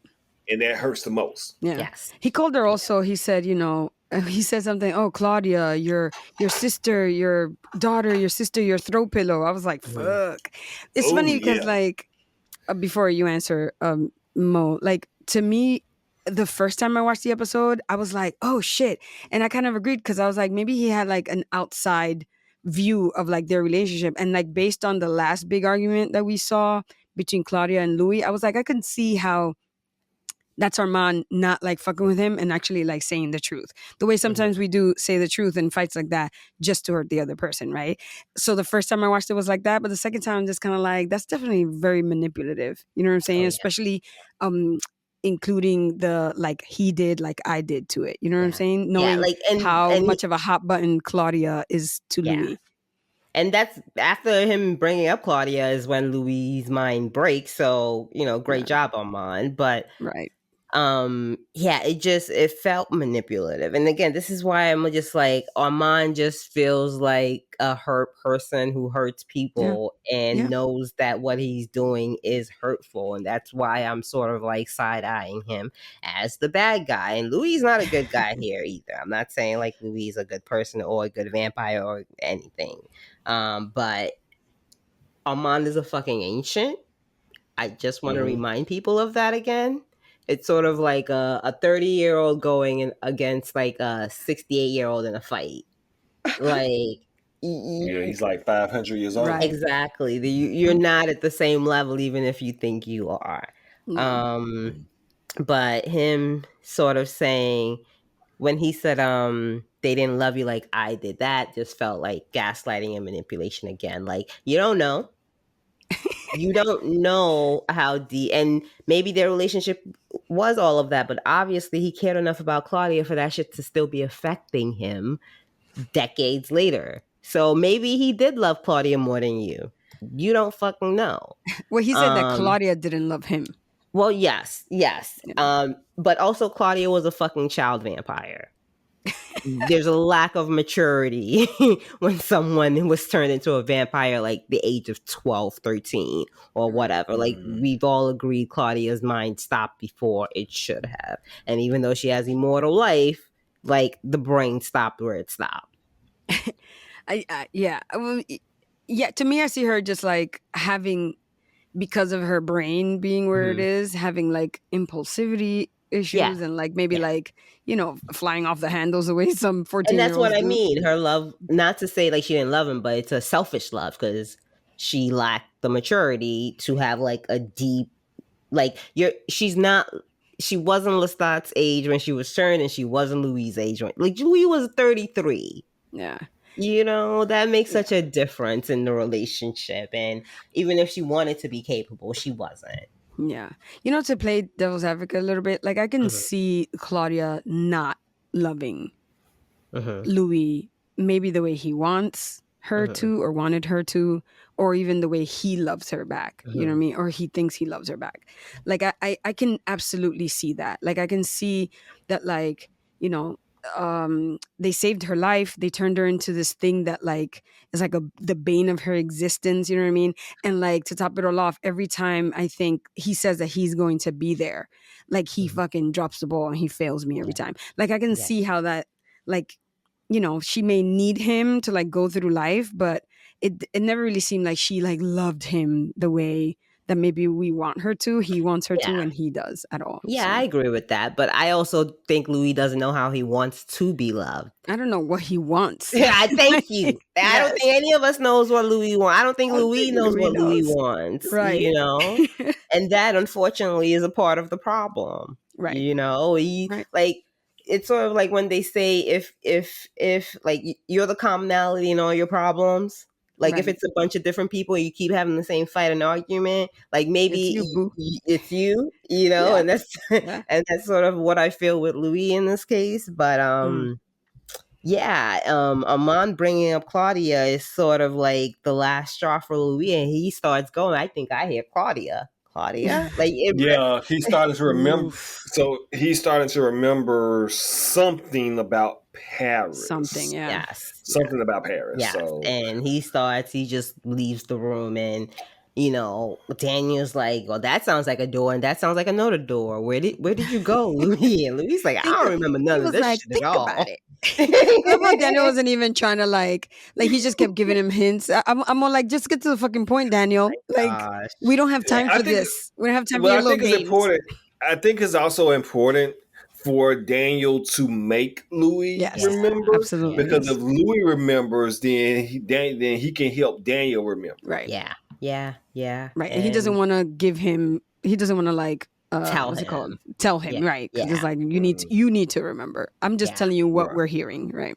Yeah, and Louis walks out, and where does Louis walk out into? It's daylight, guys. He walks to the fucking roof and outside the roof into the sun. And I was already impressed when they had Armand do that little fireball with his hand. I was like, look at these little pretty CGI they got on AMC.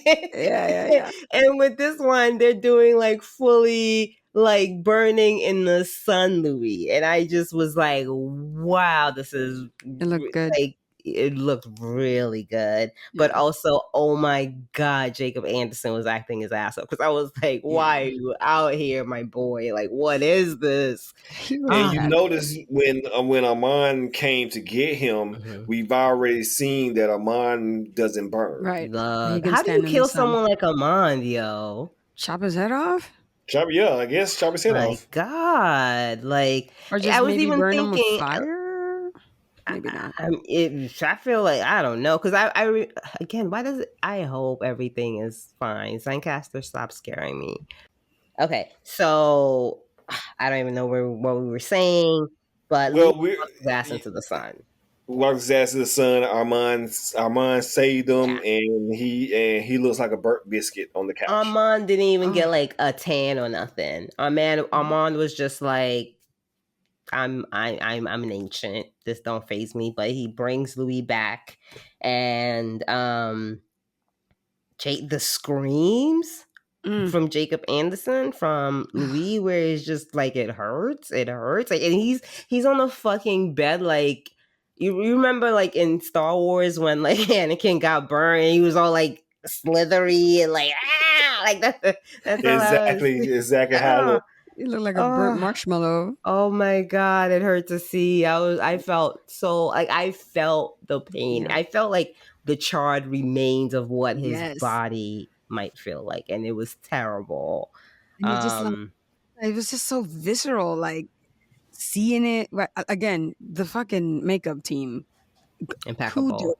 Great, like, round of applause because it was impeccable, right? I loved it, but so Louis, so Armand was already being petty and angry prior to this, and the fact that his petty just continues as he sees Louis in this bed in pain. Like, why are you even covering me with like a sheet? I understand it's like TV. They can't just have him naked. But like, if I'm like on fire, please don't put nothing on me. And from here we see just sure. Let's give Armand the benefit of the doubt and say his mind has snapped, because he just starts torturing poor Daniel in the living room at the same time that he's talking to Louis. He's using his mind to like lift Daniel and drop him at full speed. I'm just like, I know Daniel is like, why me? Why did I come out tonight? Right. I feel like after that, Daniel should have been like, I'm never doing drugs again. I don't think he did. No, I know. I think he did. But I feel like Daniel in that moment before the mind wipe should have been like, this is it. I can't do this anymore. I become a monk the next week. I'm sorry. Yeah. Like, you can't find me. And the way Armand is saying, you're fine, I'm fine, we're all fine. I'm like, no, we are not, sir. Yeah. No one in this room is fine. No. Not a one. Especially you. Especially like did you see his eyes like blinking really fast at one point? I'm telling you, he snapped. He snapped. He didn't look like himself. Yeah, and he also killed a random neighbor. Well, yeah, because he's trying the to keep neighbor, the secret. because the neighbors saw Louis run out there and start to burn. Yeah, because it's like, because again, my thing. Listen, I'm not trying to like be the be like the Armand apologist, but at the same time, it's like dealing with Louis seems like a It's a lot, you guys. lot. Like, what Like, is fun about fuck. this relationship for either of you, I other don't than know. pretending it works? But like, this is a second relationship with like where just like Louis is just a lot. So now I'm just kind of like, ugh, I get it. Lestat was terrible, but also it's just like Like, Lestat just wanted to have fun, and Louis was just like a fucking heel. Like, like Louis just broken and sad. Like, I remember like when he first brings Daniel in there, and Daniel's like, "Come do some cocaine." And he's like, "That's a fun boy's drug. I'm not fun." I'm not fun. I mean, at least he knows it, right? At least he's not like. I guess. I don't know And why Daniel's people like, can't stand "I me. like this side of you more. It's sad. It's real." I'm like, okay, Daniel, sure. Okay. Like Party Daniel Daniel. would have been turned into a vampire and would have been yelling at Louis 8 months later. Like that. Like that just feels like Daniel as a vampire would be mad that he can't get high as a vampire and have to kill. And, and I think he'd be fine with that. I think he'd be better off with that than Louis, honestly. But I think they could get high, like other types of high. That's what I mean? Well, like maybe the killing high, the drinking, draining someone high. You know what I mean? Like those. Well, for Lestat, like his high was killing people, I think, or like luring them into traps and shit. Maybe, fucking with people. Luring them into traps and shit. I think Lestat really like playing with people. Yes, because if you remember the pianist from last season 2, you know what I mean? I think he just like playing with them. Yeah. He does. But so Armand tortures Daniel in order to find out why Louis is fascinated by him. He goes through his memory. We also find out Daniel wasn't and is ain't shit. He slept with some girl, but like on the condition that she cover her head, which I was just like, fucking God, y'all terrible. Also, we do see, and I go ahead and talk about this now. We do see a certain, while this is going on, like starting when he lifted him up out the chair and kept slamming him to the ground a few times, and then this where he's like making them stand up. He's making them fall down to his knees. Mm-hmm. He's making them like sit in the upright position or in the like a chair with no chair. And he's like literally in all this pain. I would not put it past this to have this is something that may have caused his later condition. Maybe this like fluffing up his internal organs. Maybe this caused like nerve damage that was fine and that was fine until all of a sudden, his nerves got to without his torture, his nerves got to the point where they could not, take regular everyday strain. So now has this sense of Parkinson's like disease. Yeah, maybe Armand I didn't think that it was his like brain into a wall might have also triggered. Might have just been maybe helped or not. He was half drained by a vampire. Jesus Christ. He survived that. He was physically tortured. Over the course of several days. Yeah. It's funny. I didn't go as far as like this caused it, but to me, I found it really interesting that like, especially when he was like, "Oh, I can't feel my body," because Armand was in control of it. That now he has Parkinson's, where he has also issues with his body. So I kind of like the, that play, that like parallel. But I didn't go as far as like maybe that caused it, but. I don't know. I mean, I don't know what causes Parkinson's necessarily, but it's a neurodegenerative disorder, which starts in the brain, trickles down to the body, and that's why I think that this not only like I said, halfway drained, but all this physical torture could have maybe triggered something. Or cause something that would have occurred later in life. Honestly, the fact that Daniel is still alive is like a testament to probably the little, suggestion Louis gave him and just his own fucking will. Because another thing I loved about, one of the things I loved about Daniel as a character during the whole torturing scene was how like, maybe it was a little bit later, but Armand was trying to like, be like, your life is gonna be shit anyway, and Daniel was like, but I like my life. When he was trying to make him okay with killing him. Yeah, he's like, it's shitty, but like I'm cool with it, you know? Like it worked. That was so creepy. Oh, that was so creepy. And of course, because earlier in the episode, Louis is just kind of like, oh, don't worry, like he doesn't kill violently, right? And then we see later in the episode Armand not killing violently necessarily, but he killed that neighbor violently. Well, we don't know how he killed him. Maybe it was violent. Yeah, we don't know how he killed him. We just know he was dead. Okay, so he probably ate him. Wait, let me ask a question. What does Armand not killing violently look like to you guys? What he was trying to do with Daniel, with young Daniel, you know what I mean? Where he kind of like lulled them to sleep, kind of like what they did what they do on stage every night in Paris, you know what I mean? Where it's just kind of like lull them into accepting death and then bringing it to him. You know again, what I mean? I'm very much attached to the outcome of whatever it is, which is death. Like that again, But I see how you guys see it, but I'm still dead. So, but this scene was just crazy. Louis screams for Armand to put him in his coffin, and Armand finally leaves, like stops playing with Daniel for a bit. Let's get into it. Let's do it. Oh my God, mon cher. He takes Louis into his coffin, and I'm sure like the coffin, being in the coffin provides like extra healing points or something. Maybe, yeah. Because maybe he should have put him in the coffin beforehand. Yeah. And not just instead of knock the bed. Yeah. And in my notes, I put Armand turns his manipulation up 20 points. And this is where he tells like Louise in the coffin, he's like, if you could have just told me you wanted to kill yourself, if you didn't like this life, I would have just let you go. Like this is technically on you. Right. Like you have to be so dramatic about it. Right. Oh, I can't stand you, Armand. And then he's like, you know what? I'm gonna do you this favor. You know, since you don't want to be with me, since you don't even like fucking with me, let me call your maker freak, since it seems that's who you want. And he starts calling Lestat. And he can I just say that, like, I love that, like, Louis was just kind of like, yeah, like Armand multiple times was like, yeah, all you did was talk about Lestat, and Louis was just kind of like, yeah, but like I was talking trash about Lestat about him the whole time. Yeah, like that made it better. Like I was just kind of like, oh, Louis, you're so. And did he even mention Armand once in that tape? No, probably not. Daniel. At first, I don't think they got to that part because he was still talking shit about Lestat. 3 hours later, yeah. Right, you know, they talked all night, and it was just like, I'm sure it was his true. Like, oh, woe is me. That's a lot of Lestat talk, my guy. That's a lot of Lestat. That's what I'm saying. So, like, when Armand in the coffin, when Louis is in the coffin, and Armand was just okay. We had a little bit of technical difficulties, but essentially, we are at the scene where Armand calls Lestat on the mind phone, and you know, again.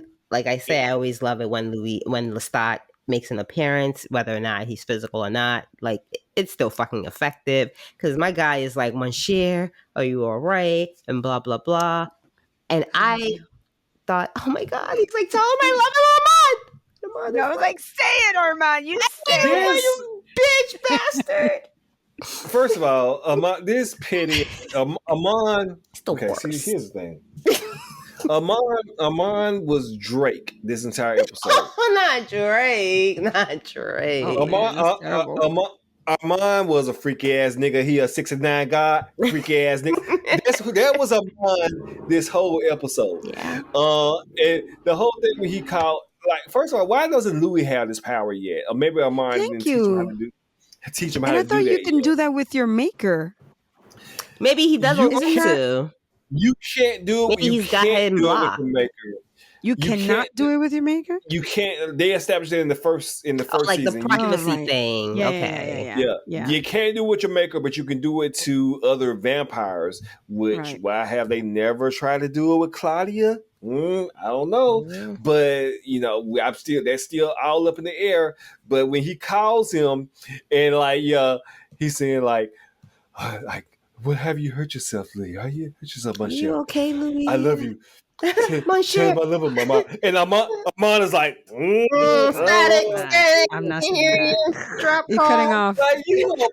like you bitch. You Like, you why would petty you call him bitch. that? Like, what is wrong with you, Armand? You Like, Part of me you thinks a that like petty Armand ass felt like he was bitch. doing right, like he was doing like a like a nicety, like he was he being thought he was kind a to be good like, person for a quick second, and then he right, No, remembered yeah, he this that's right. was wasn't. Like, petty. This was like, hey, I'm like, look, your name hasn't in my head. Your name hasn't been spoken in 23 years. I'm gonna call you just so you can have a little glimmer of hope, and I'm gonna fucking yeah. fuck both of y'all. So fuck both of y'all.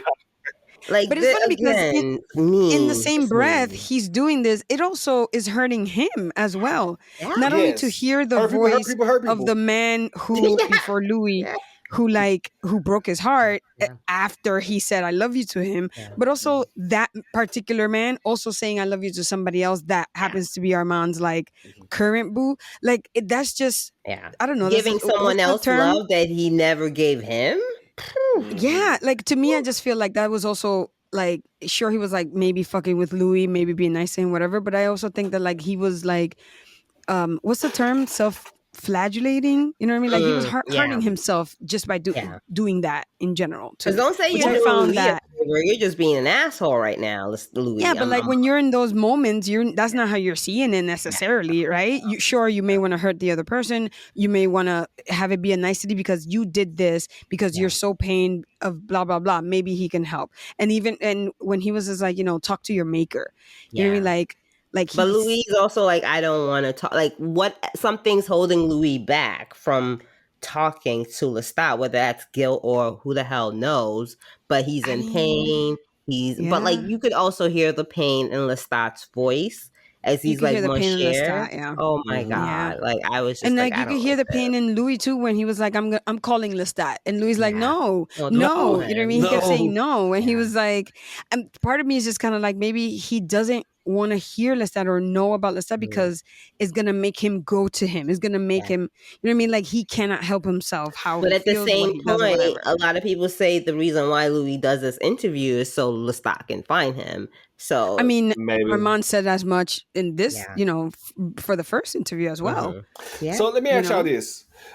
So at least on the show, it has been established that Lestat is alive. Do you have any speculation about where and what Lestat is doing? I mean, I think in the show has been established that he's alive. As of 1976, or 73, he's alive then, but we don't know if he's alive in present day, do we? My theory is I think he's still alive. I think he's still alive too. I think he's healing because I feel like the person thinking, well, why wouldn't Lestat just come and like save Louis? But it's like Armand is an ancient. Armand will kill all of you. Like Armand is still stronger than all of them. That's true too. But I don't think Lestat is still healing. It's been about this point. It would have been about. Maybe he can't find them. 40 years. Maybe he can't find them because that's also why I was thinking Armand took Louis to fucking Dubai and has had him like imprisoned in this fucking penthouse, so Lestat cannot find them. I don't think, and again, I don't think that would be something that Louis knows how to do. No, I don't think Louis knows at all. I just found it interesting that this was a time that they're bringing out more of Armand's tricks that either Louis is privy to or that Louis may not have seen before, and they're calling, and I think it's calling the question about, well, if you can call any vampire collect call, then why don't you call Claudia? If you can, if you can read minds. And that's another thing. If Armand can read minds, do you think he's been reading Daniel's mind this whole time and he knows what's up? I thought about that like 2 episodes ago. Because I'm like, why doesn't he just read his mind? When he was remembering the thing about like, the magazine and the paper bag conversation a couple episodes ago, I think he has to make an effort. I think maybe that's the key. He has to make an effort. And when you're someone has to make the effort? Yeah. Like when you're someone as powerful as Armand, you're like, even if I don't read your mind, I can still kill you. So why would he go out of his way to make that effort or to, do that effort every time, especially when he It's thinks just he's put interesting like because safe Daniel blocks has the in their worst brains. It's just interesting because Daniel has the worst poker face of everyone. So because he's just stumbling through these notes that he's in these things he's not supposed to know. No, but there's definitely some looks on Armand's face where he's like, that felt too close to the truth. Whether Daniel, Yeah, and then like Louis, but I do like the earlier scene when where Louis was like, "You're a liar, Daniel." Well, so are you. Yeah. So Yeah. let's talk about the real shit then. Right. Yep. Right. But like, Louis, I don't like. Do you think that like Armand doesn't necessarily see Daniel as a threat, so that's why he's not even like trying to read his mind, or B, he knows about the Telemasca and all the information that they gave Daniel, and he's not threatened or doesn't care about it, or he's in on it, you know what I mean? Or he's like part of it somehow, because it doesn't make any sense why he's not like reading his mind. I think he's so strong he doesn't care. Maybe he's not in on it, but maybe it's useful for him.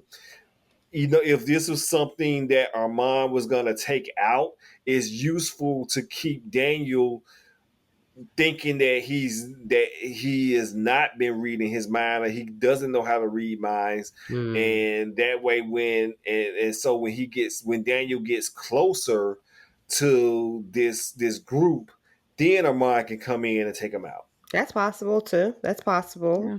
That's definitely more like Armand's personality, I would say. But by this point, Louis is such like fucking charred barbecue, and Armand, you can see, is just like, especially when he tells Daniel Rast, he tells Louis Rast that he's just, this is where he starts playing with Louis' brain. And we also see he's about to kill Daniel, and Louis, with some kind of strength in him, comes out and asks him not to kill Daniel as a testament to the commitment of their relationship. No, I know. I'm like, toxic, get away from each other. Why do you think Louis was just like, don't kill him? Like, out of everybody, he like really went to bat. Yeah. For Daniel. That was kind of odd, and that was kind of odd. Maybe if I had to speculate or put something on it, it was maybe because these other 127 boys were just all literally fluffers that did not offer any type of substance beyond being a fuck toy and getting drained at the morning. But Daniel himself, there's a partial truth to that Daniel was going to become useful to them in the future, and that he had, and that this wasn't just a regular, a regular dude, trying to get drugs and a fix. That hey, I want you to live because I do see something in you. I want you to live. If I pass your cross again, maybe that we can have future discussions. But is you helped me, as in Louis, that like Daniel helped Louis that night reach into a part of himself that he's either he's either had his memory erased of, and I'm talking about prior to this erasure, that he's either had his memory prior to erased of, or that got to a deeper point of himself later, and that he doesn't want that, and that's why he doesn't necessarily want Daniel to die, because Daniel did at the end of things, whether he knew it or not, helped him. So, and you can't, and like, you don't want to, he doesn't want to kill someone that actually helped him out. Interesting. Maybe it's complicated, if is what I'm feeling. It's very complicated. Louis and Armand do that thing where Louis calls him master, and then like he calls Armand Arun, and I'm just like, y'all just freaky, but whatever. Freaky ass nigga, you a 6'9" guy. I would say they match each other's freak, but they kind of also don't. Carly. The thought that I had watching the second watching Armand go through this, and especially in that moment where we call them Master and Arun, it's that like all his life he's always been like like a servant or a slave, like in service of somebody else. Oh yeah. And maybe like we met him as quote unquote Louis' servant, right? Servant guy, servant mature person. Even when he didn't want to be like of service, he still was doing it. You know, it was like that's what he's been trained to be, whether or not he it's like wants he doesn't it. know how to do anything else. So he's just kind of like, you know, you make a mess and I clean it up. And even though he sounds like he's sick of that shit, he's still doing it. Like he was reluctantly doing it. He was all Dextering it up this episode. Like it was just like, it's almost like he can't help it. The same way that Louis can't help being just sad. And like Armand needs the rules. Armand feels like a lot of people I know like who need religion in order to be like good, decent people. He has all these rules from his time in Rome, the coven, blah, blah, blah. It's always like, this is what you're supposed to do. Da, da, da, da, da. And it just feels like if he doesn't have that, Armand would be the worst motherfucker out there on the streets. Just terrible. Probably so, and I'm just curious as far as like what happened to the coven. I think they all dead. I think they're right. And also, like Daniel mentioned a fire, and Amanda was like, "How do you know about a fire?" Right. And he was just like, "Oh, notes or some shit." And they get the little boy snack to drive them away. Yep. And okay, so Daniel brings them to the conclusion that Daniel brings him and Louis to the conclusion that Armand edited both of their brains at the same point, which is when Armand returns looking like a douche and serving cunts. Yep. I love that. Oh my god, with the sunglasses. That was perfect. The glasses, dog. The glasses. Perfect. Like he looked like the Lady Gaga glasses. This fucking asshole, dog. Oh my, great. The worst. He sauntered in all happy and proud of himself and shit. Like, hey guys, satisfied. What's happening? What's up? How was Paris? Like, I was like, oh. But why did Daniel and Louis look like? For a second, I was like, I was like, oh no, he would kill y'all. Like, because they look like they were. No, they knew better, but still, But I do like the conversation. Yeah, it's a great conversation. I like that Louis was just kind of like, oh no, we didn't talk about Paris. We talked about San Francisco. He wanted to know what the fuck. You know what I mean? Like, I was like, I want to know what the fuck. Yeah, right. And then like, okay. Like Carly says, Armand starts quoting the company line, and Louis does too. And I'm like, this is gonna be interesting. Yeah, right. So it's just, you know what I mean?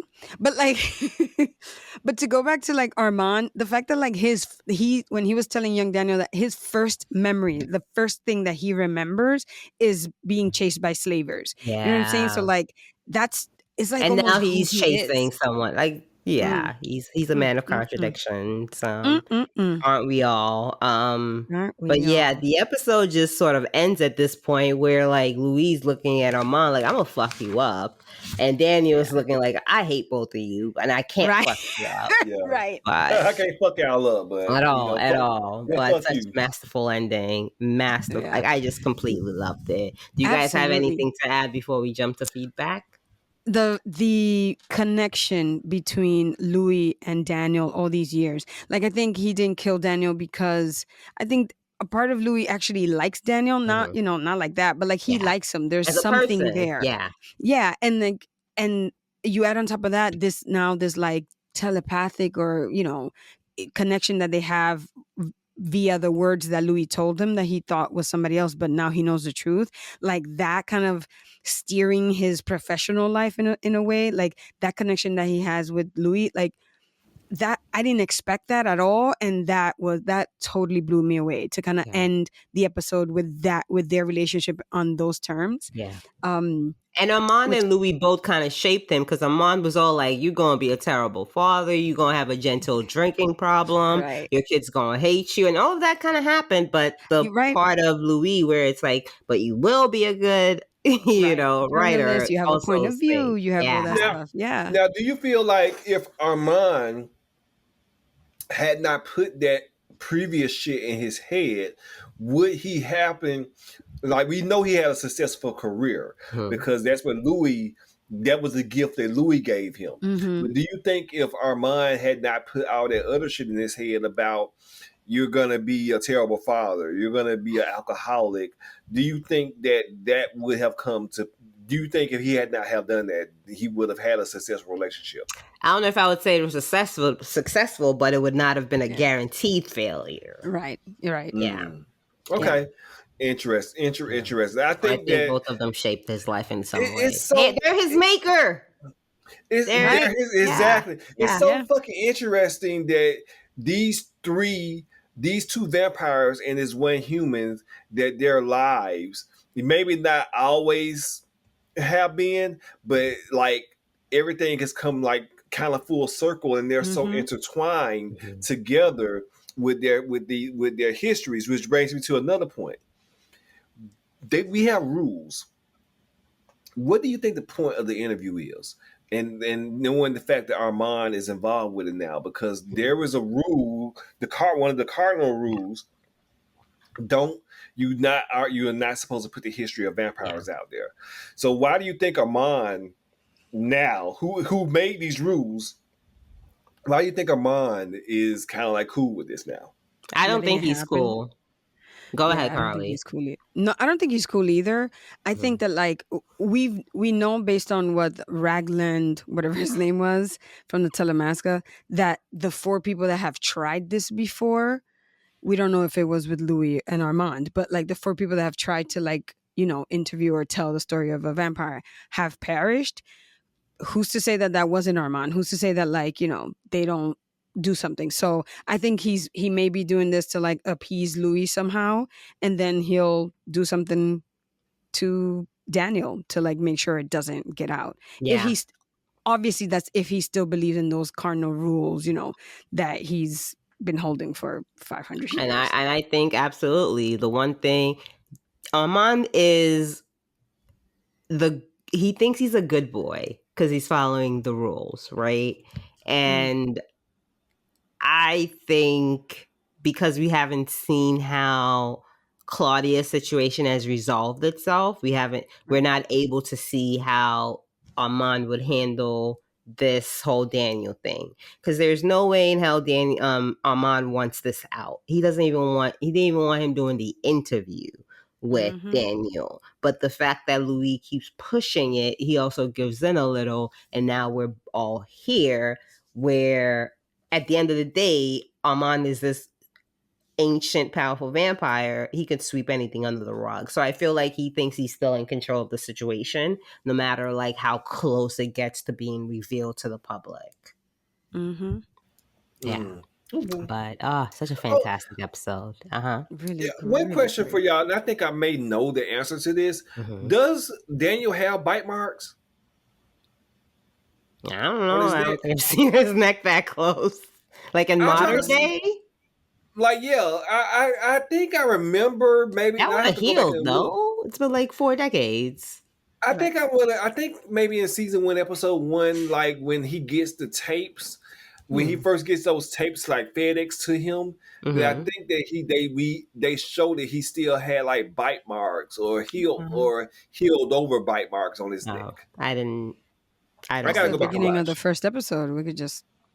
I know. I was just wondering if y'all maybe remembered. No. The one thing about this season, each episode makes me excited for the next. And I know Carly doesn't watch the next on preview, so I won't say anything about it. But just it just makes every time they do it, and they don't really show much, but it's like the end of every episode makes me want to just consume the next episode. Yeah, absolutely. Because they give you just a little bit to make you excited about it. Oh yeah. This weekend is going to be out of control for me. We've got episode 6 of Interview with the Vampire, House of the Dragon season 2. The Boys comes back, and there's Bridgerton. Like, it's so much fun. The Boys are out now, but we also have Ghost. Boys and Bridgerton are out right now. Yeah, look, we also have for Ghost. Me, I got one more work day. And so you're binging.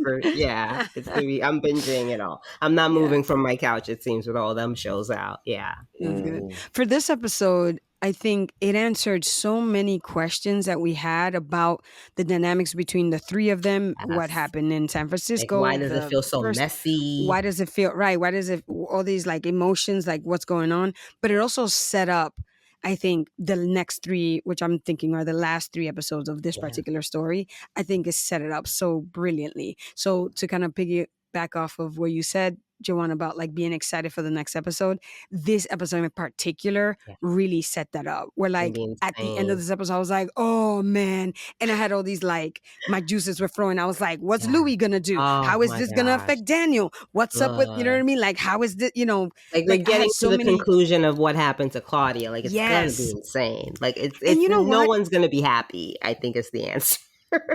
Correct me if I'm wrong, because we don't know yet. But like, tell me if I'm bugging or not, if I'm tripping. Like, based on his reaction, like, yes, Armand could have erased what happened to Claudia in Paris, but also like, could Louis have played a part in it? And like that kind of guilt is really eating him.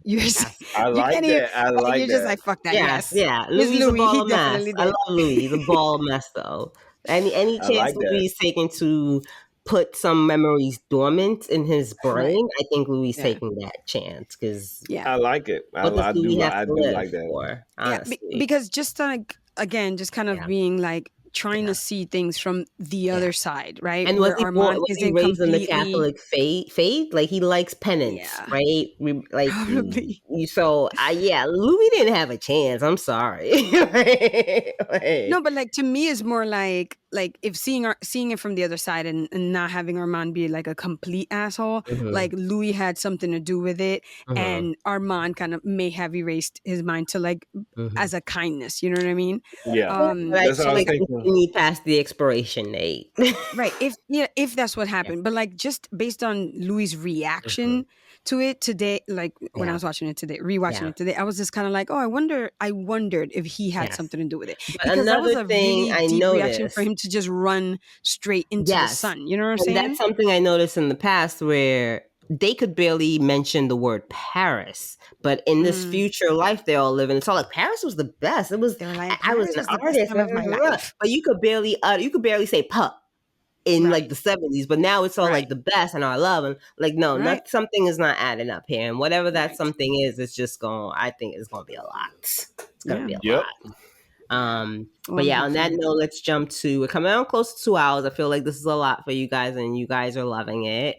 Again, leave a like, subscribe if you haven't, so you get like all of the podcasts as soon as I upload them. But let's jump into feedback. You can send them via email to tvmoviemistress@gmail.com or Facebook group, private Facebook group. I always put up a post in there and you can leave it there. And this week we have feedback from Shanna. She joined us as co-host for episode 4, filled in for Joanne wonderfully. Miss Andrew. So great. It was great, Miss Andrew. It was the best. Loved it. But she left us feedback and says, hey, Carly, Mo, and Joanne. What up? Really love this week's episode. I'm happy with how they're unpacking Louis and Armand's relationship. I think we all knew Armand was not the sweet, caring boyfriend he claimed.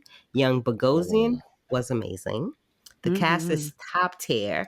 And I don't know if you watched the behind the scenes, but apparently this episode was the first thing they filmed, which is smart because I think what happened in San Francisco informs everything we've seen this season. Can't wait to hear your thoughts. And yes, we did talk about that earlier, about this being the first scene they shot in the season. And it's just impeccable. Just an impeccable season, impeccable episode. If they do not get nominated for every type of Emmy award, then racism, classism, I don't know, whatever ism, I'm calling it. Absolutely. I also want a Screen Actors Guild award for best cast. I want it all. I want all of it. Wow. Don't give it, like, who else is getting it? Like, this and House of the Dragon, if you just look at a pure, like, the fuck ratings, fuck all that other shit, just look on, like, Shogun, bam, top 3. Carly, watch Shogun. Joanne, watch Warriors. I hate both of you. Those are like top 3 for 2024, and there's no reason why those 3 shows shouldn't be celebrated equally across all the award stage. I don't want to hear it. But that's everything we've got for this episode. Carly, is there anything else you would like to add? No, this was great. Oh, I remembered what it was that Armand said when he was in the coffin. He said, "You left me for death." And I was like, ooh, that kind of just hurt my feelings. And then also, am I going to be on suicide watch for the rest next? of I was like, you could break up. That would fix that. You could break up, assholes. Like, yeah. Right. How is that not an option? How is that not an option, you guys? Like, why are you... It feels like they call this the sunk fallacy thing, where because you've invested so much in a relationship, you're unwilling to let it go because you just keep thinking, well, I've already put this much in a relationship. It will eventually bear fruit. And you just... And it doesn't get better, but you just keep digging your heel. Like, that's what they give me. I'm tired of it. Like, take your... Oh, and somebody else on Twitter, I'm not even going to say this. I'm not even going to be like, oh, I thought about this. No. Somebody else on Twitter had like a stats picture from when he was like introducing the season 2 as like in the stage. And they were like, yeah, how was Armand ever going to like compete when he married like a killer clown? Like, of course, Armand is always going to be boring. You married, like you were in a relationship with like a play dude who loves the stage and being dramatic. Like, Armand, you did not have a chance. Yeah, you did not have a chance, sir. But I think that's what Armand kind of meant, or sort of what he meant when he was just like, you know, like if you wanted out of this empathetic, you know, this trap of empathy. Yeah. Or this prison of empathy. This prison of empathy. But he's also not willing to let him go. No, but also Louis can also go himself too. yeah. That's why it's toxic. You know? I love it. Right. I love it. I love it. But yeah, I think that's all we've got for you guys this week. Thank you so much for listening. Again, please send in your feedback and all of that. I'm glad you're back, Juwan. Carly. No, that sounded a bit like pained. Look, this is 2 hours and it's past 10:30. That was in a duress. I'm so happy you're back, Juwan. But yeah, tell the good listeners where they can find you. You can find me on Twitter at JTD. That is JAYTEEDEE. You can also find the podcast that I host alongside of Jamel and Devin called Edit That Out on all podcasting platforms, where we will be covering season 2 of House of the Dragon coming up. Okay, Carly, where can they find you at? If you want to find me, I'm on Instagram at Carly Vision with a K. And you guys can find me on Twitter, BookDreamer01. Facebook group is also there, private Facebook group, where I probably share a bit too much, but you know, it's a private Facebook group. It's absolutely fun. It's actually hilarious. I realized the other day that there are more people. I follow more people in the Facebook group than I do on my actual Facebook page.